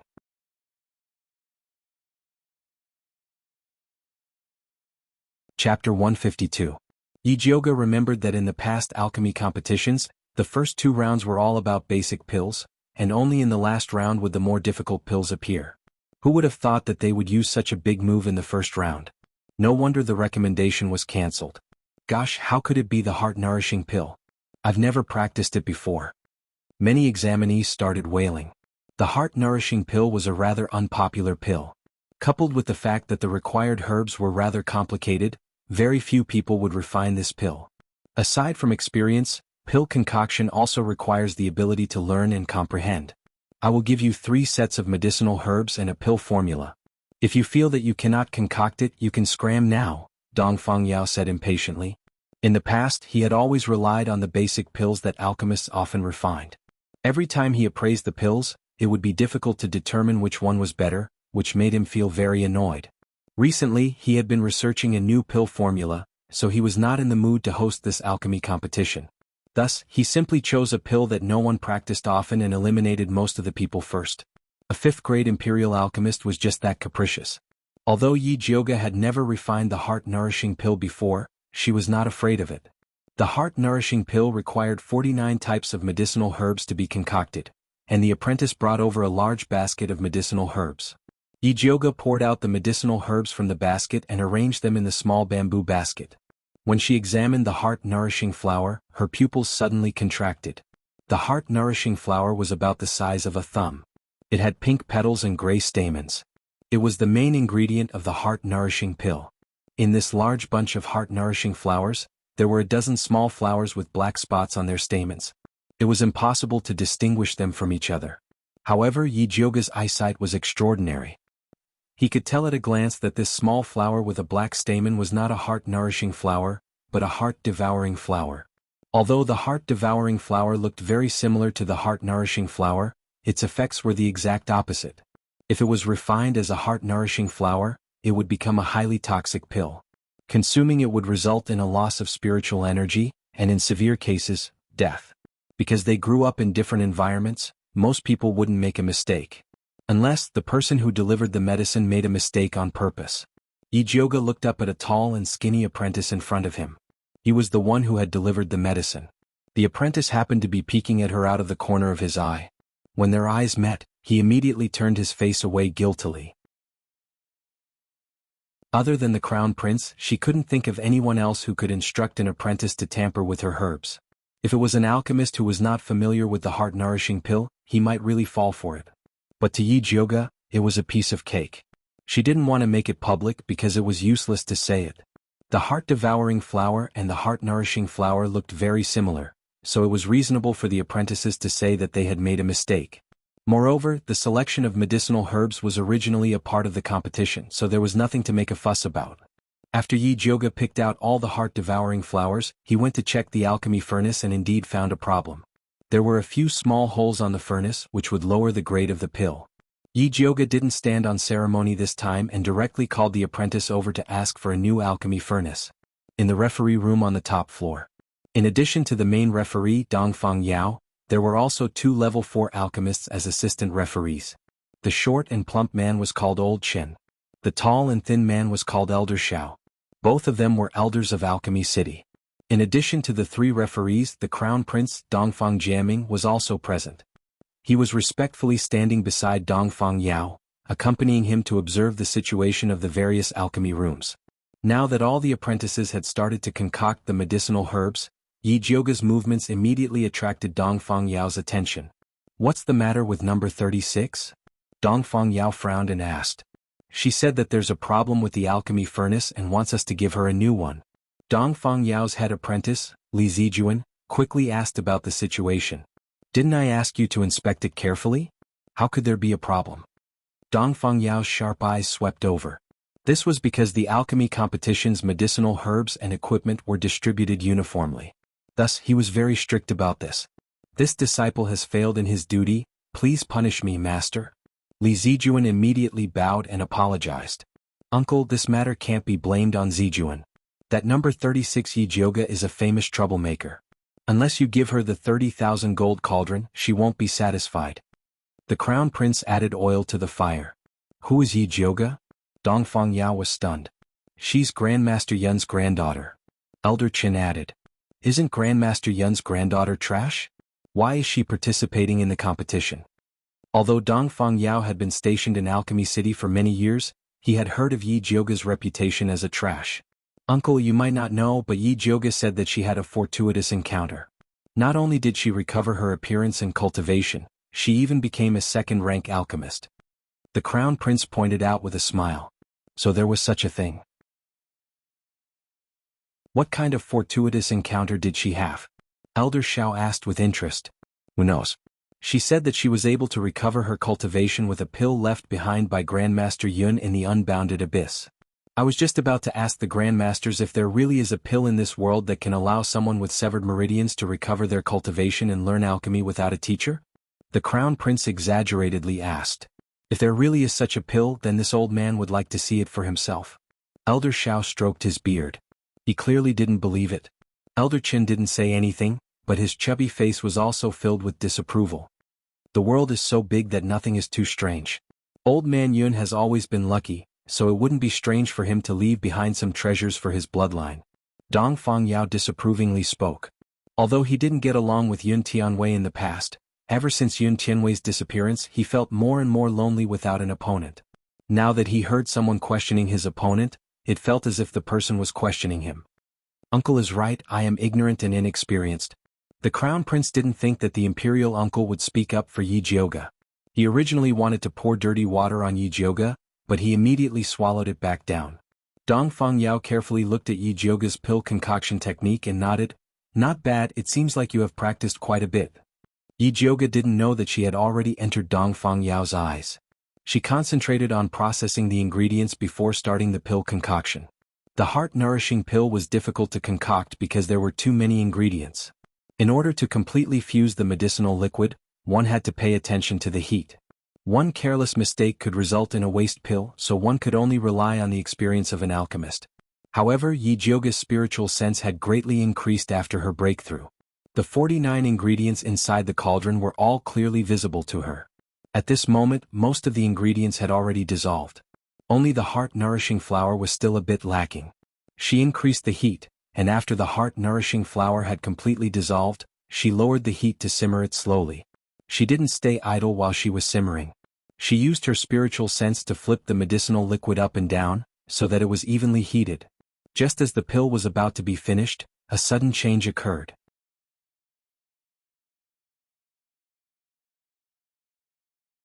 Chapter 153. The originally quiet earth fire suddenly surged, turning into raging flames that spread out. The medicine shelves closest to the furnace were all set on fire.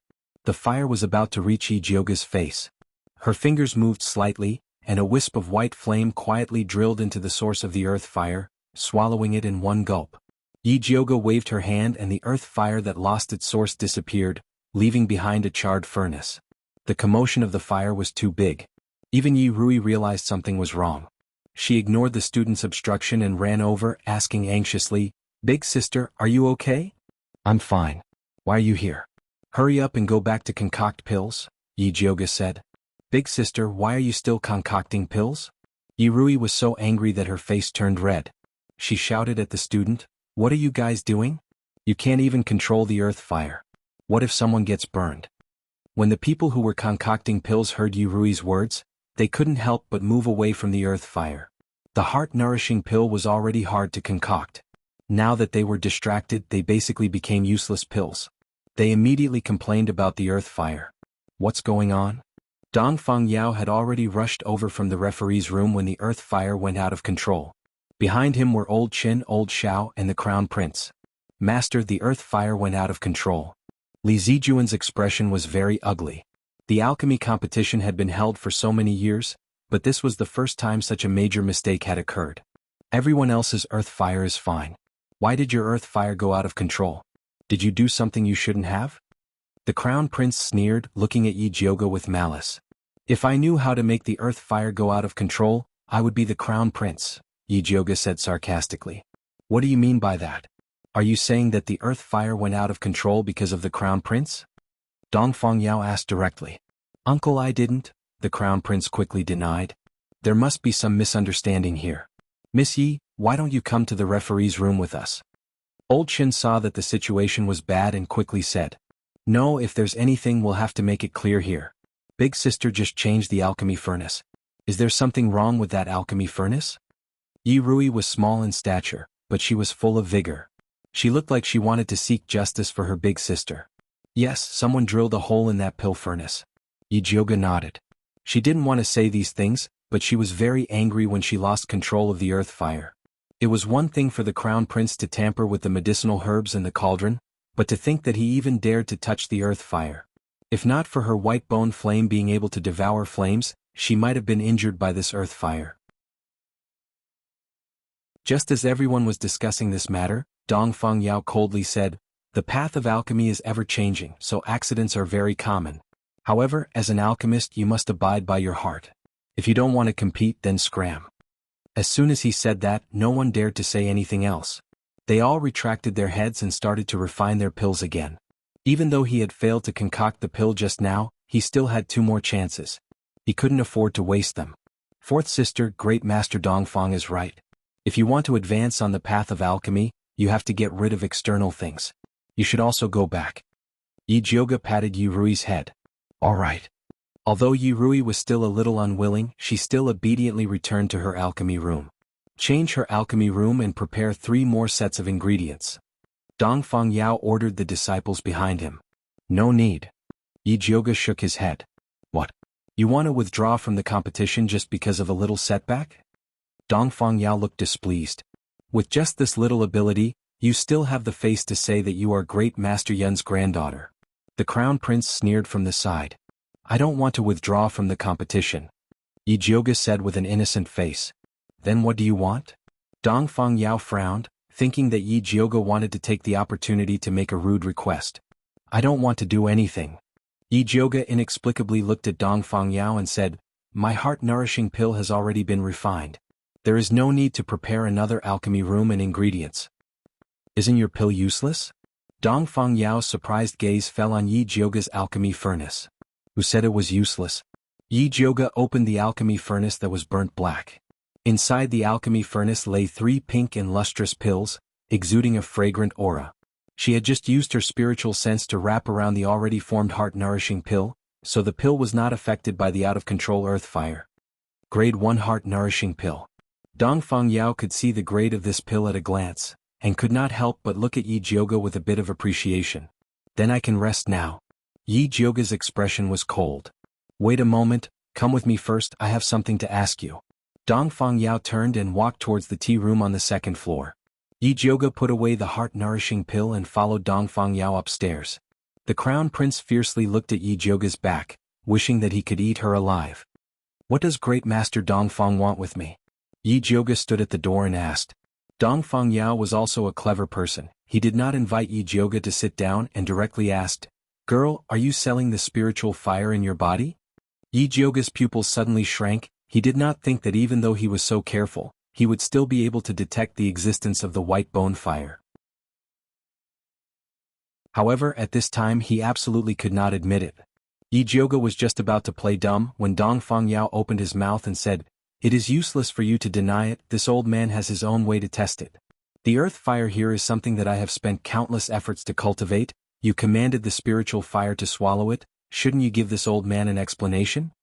Yi Jioge was silent for a moment, then said, That is because you harmed me first.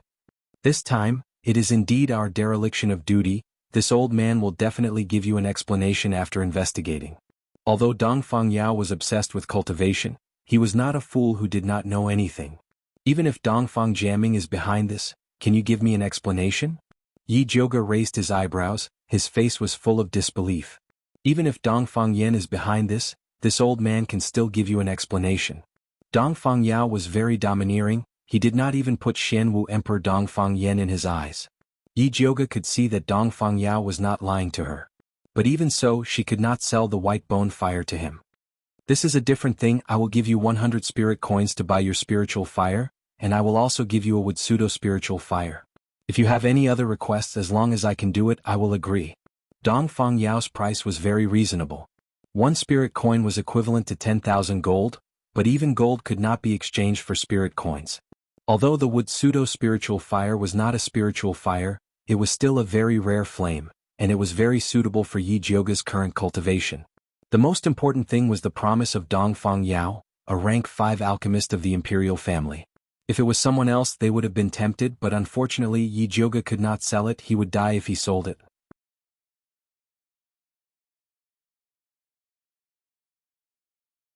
Chapter 154.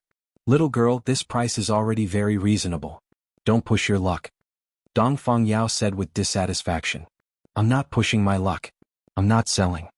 Yi Jioge said plainly. She had already integrated the white bone fire into her dantian. Digging it out was the same as opening a hole in her dantian. If you don't want to sell, then forget it. Dongfang Yao waved his hand in annoyance. If it was a small alchemist, he would have taken the spiritual fire even if he had to. However, Yi Jiuge was Yun Qinwei's granddaughter, so he couldn't bring himself to do it.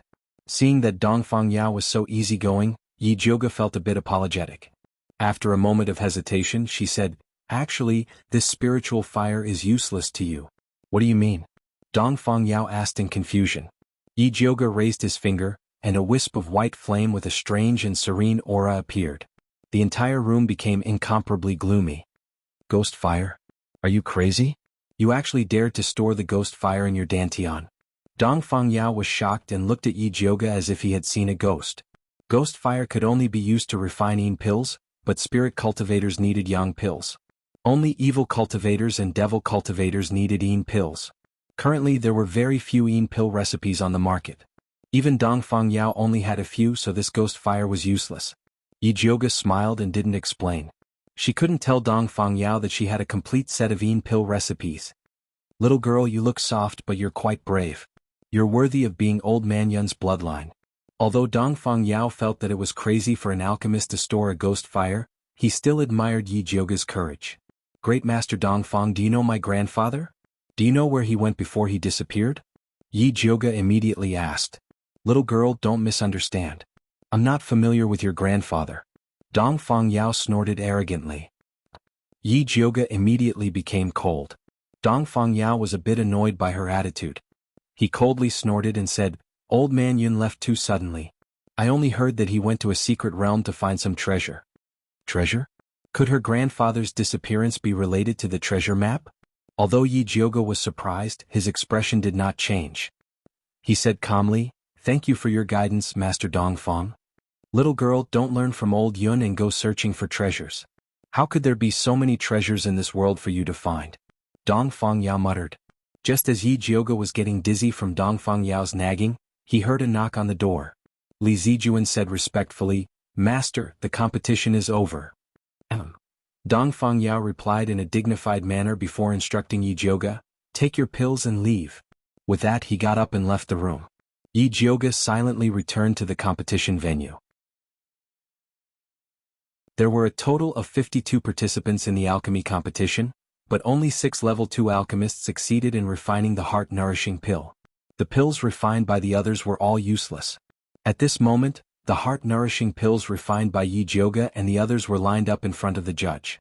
"Yi Jiuge's heart-nourishing pill is the best," Dongfang Yao said directly. "Her heart-nourishing pill is not bad, but I feel that Gong Hongyu and Yi Shanshan's pills are better, and their methods are more standard." Elder Xiao and Elder Qin had different opinions. "Then Yi Jiuge is the best, Gong Hongyu and Yi Shanshan are the best, and the other 3 are good," Dongfang Yao said decisively. Elder Qin and Elder Xiao nodded silently. After all, this was only the first round of the competition. There were still 2 more rounds to go.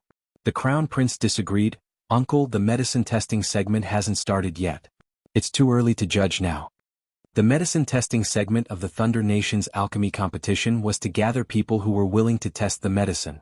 When the competition started, they would choose the most suitable patients based on the effects of the medicine. A medicine that could cure an illness was a good medicine, and a medicine that could kill a person was a bad one. In the previous alchemy competition, there were many examples of people being cured by the medicine, but no one had died from eating it. After all, the medicine that could advance to the next stage was of a good grade. "Let the patients come in." Dongfang Yao instructed Li Zijuan. "Yes." Li Zijuan nodded respectfully and ordered the apprentices to bring the patients in. Not long later, 6 people with pale faces and cyanosis on their lips walked in. It was obvious that they were patients with serious heart problems. The person in charge of testing the medicine for Yi Jiuge was a handsome young man with dark skin and deep facial features. Although he was wearing the most commonly seen narrow sleeves of the Thunder Nation, Yi Jiuge was certain that he wasn't from the Thunder Nation. When the other patients saw the medicine, they all revealed expressions of surprise, nervousness, excitement, fear, and worry. Only this young man's eyes were lowered, and he was strangely calm. "Let's start testing the medicine." Li Zijuan instructed the apprentices to help the patients take the heart-nourishing pill. Gong Hongyu's patient was a slender young lady with a beautiful appearance. She clutched her chest and looked like a sickly beauty. After taking the heart-nourishing pill, her pale face gradually became rosy, and her slightly bent body straightened up. She seemed to be in high spirits, and her face was glowing as if she had taken the divine medicine. Heavens, my illness is completely cured. Thank you, Master, for saving my life. The lady immediately knelt on the ground and began to sob. From what I see, Gong Hongyu's medicine is the most outstanding. The crown prince nodded in satisfaction. Yijioga's eyes flashed with a trace of disdain.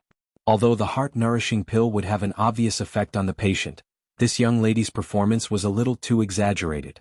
Either her illness wasn't as serious as it seemed, or she was a healthy person.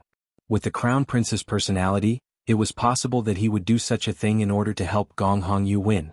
Yi Shanshan didn't know how Yi Shanshan felt when she saw the crown prince helping Gong Hongyu. Yi Shanshan's patient was a skinny young man of 17 years old. His thin lips were deep purple, and he seemed to be having difficulty breathing. After taking the heart-nourishing pill, his breathing immediately became smoother. The purple on his lips faded and was replaced by a faint pink. He seemed to be much more energetic.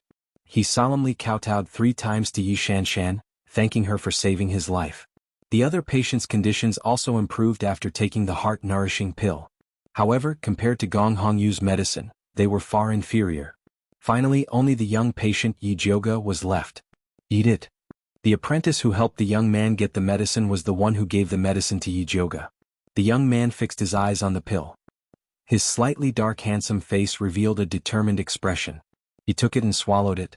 Because Yijioga's medicine was rated the best, everyone wanted to see the effect of her medicine.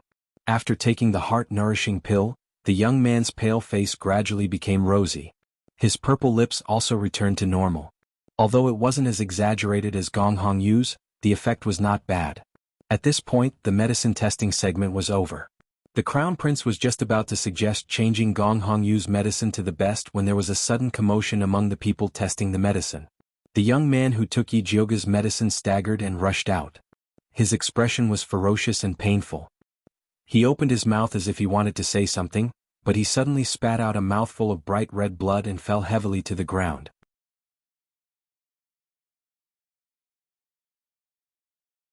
Chapter 155. What's going on? Everyone was shocked. Yijioga immediately rushed forward to check the young man's pulse and discovered that his heart meridians were all broken. It was a miracle that he didn't die. She took out the thunder fire needle and sealed his broken heart meridians. She then raised her head and shouted at Li Zijuan, "Prepare a quiet room for me. I want to treat him." Li Zijuan was about to instruct the apprentices to prepare a room when he was stopped by Gong Hongyu. She pointed at Yijioga and shouted, "Yijioga, you actually refined a poisonous pill to harm people. You're simply heartless and heartless." After saying that, she turned to look at the judges and said, "I strongly request that the alchemy competition disqualify her." "I agree." The crown prince immediately nodded. "Agree, your grandpa." Yijioga raised his head and said angrily, "Saving people is more important. Is this the time to talk about this? He was poisoned to death by you and you still have the face to talk about saving people." Gong Hongyu coldly snorted and said to Dongfang Yao, "Grandmaster, Yijioga is vicious and merciless. You must not tolerate her." Dongfang Yao picked up Yijioga's remaining heart-nourishing pill and sniffed it. He frowned and said, "There's no problem with these pills. Grandmaster, Yijioga's tester died in front of you. How can you say that there's no problem?" Gong Hongyu agitatedly said. "Gong Hongyu, you keep saying that there's a problem with my pills. Did you do something?" Yijioga saw that he couldn't save people if he didn't clear the pill. He simply stood up and pointed at the tall and thin apprentice and said, "He put the heart-devouring flour in my ingredients.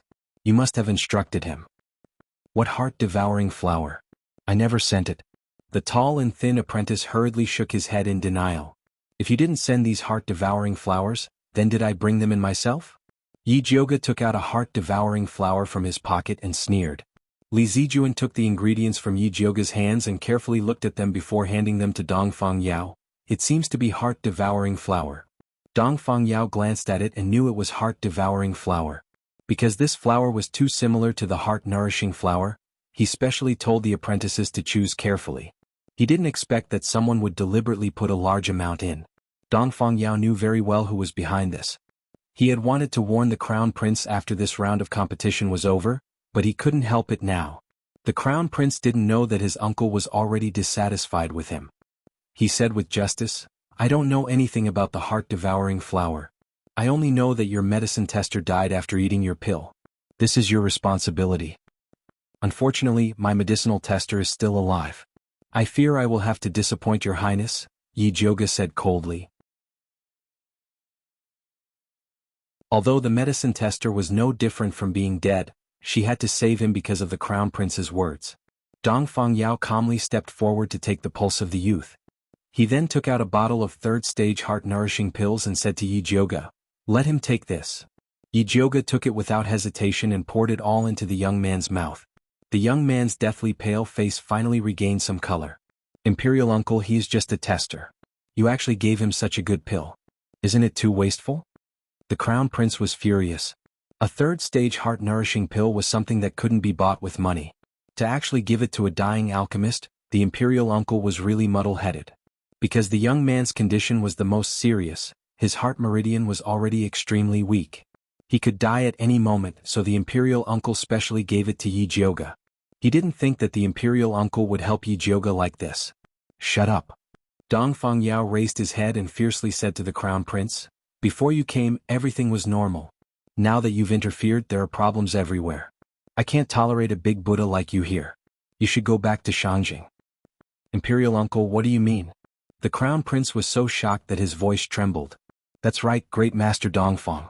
It was clearly Yi Jioga who made the wrong pill and caused the death. How can you blame the crown prince?" Gong Hongyu was also dissatisfied. She wanted to help the crown prince, but she didn't think that Dongfang Yao was preparing to deal with her. "Gong Hongyu, you are disqualified." Dongfang Yao's eyes were very cold. "What?" Gong Hongyu screamed. "Because you cheated." Dongfang Yao wasn't blind. He could naturally see that Gong Hongyu's tester was not a patient. If it was any other time, he would turn a blind eye. After all, Gong Hongyu's pills were quite good. But since she was so arrogant, she couldn't blame him for not giving face to the Gong family. Gong Hongyu was so angry that she trembled, but she didn't dare to contradict the angry Dongfang Yao. She fiercely glared at Yi Jioga, then ran out in tears. Elder Qin and Elder Shao looked at each other, not daring to make a sound. The other alchemists also maintained their silence. "The test is over. Let the evaluation begin," Dongfang Yao once again ordered. Although Yi Jioga's tester did not die, her evaluation still became the lowest. The other 3 second-stage alchemists were still good, so the best result was Yi Shanshan. Yi Jioga didn't care about this result. He only asked Li Zijuan to help send the tester to his Flying Frost Pavilion. Li Zijuan did as Dongfang Yao said. In the Rising Heaven Pavilion, the crown prince's face was as ugly as a dark cloud. Once he returned to his courtyard, he immediately called Su Junqing over and scolded him. "Didn't you say that if we followed your plan, we would definitely be able to pull Yi Jioga down? How come she not only won the competition, but also caused me to be despised by imperial uncle?" When he thought that his imperial uncle would tell this matter to his imperial father, his entire body froze from the top of his head to the bottom of his feet. "Your Highness, please calm down. I didn't expect things to turn out this way." Su Junqing had set up layers of traps to push Yi Jioga and Wan Xiang into the land of 10,000 calamity. He didn't expect that Yi Jioga not only didn't fall for his trap, but also hit the crown prince. "I don't care what method you use, I will kill Yi Jioga," the crown prince said angrily. "Don't worry, crown prince.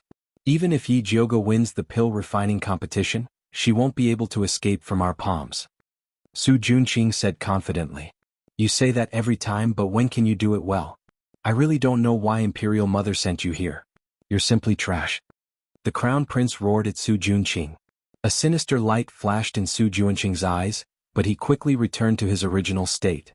He smiled and looked at the crown prince's eyes. He said gently, "There must be a reason why the Empress sent me to assist your Highness. You can choose not to believe me, but you can't not believe the Empress." The crown prince looked at Su Junqing's bottomless eyes and suddenly felt that Su Junqing was right. Everyone could be wrong, but not his imperial mother. "Then I'll believe you once more," the crown prince said unwillingly. "Yes, your Highness, please do as I say." Su Junqing said his next step of the plan. The crown prince was shocked after hearing it.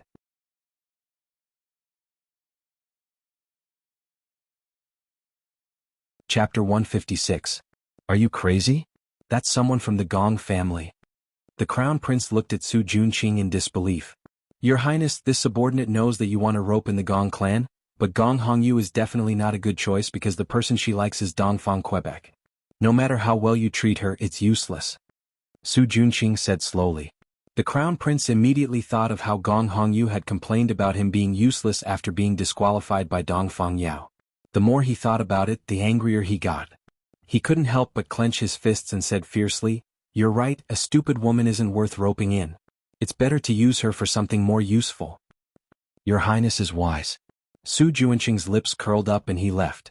When he returned to his room and opened the door, he smelled a faint fishy smell.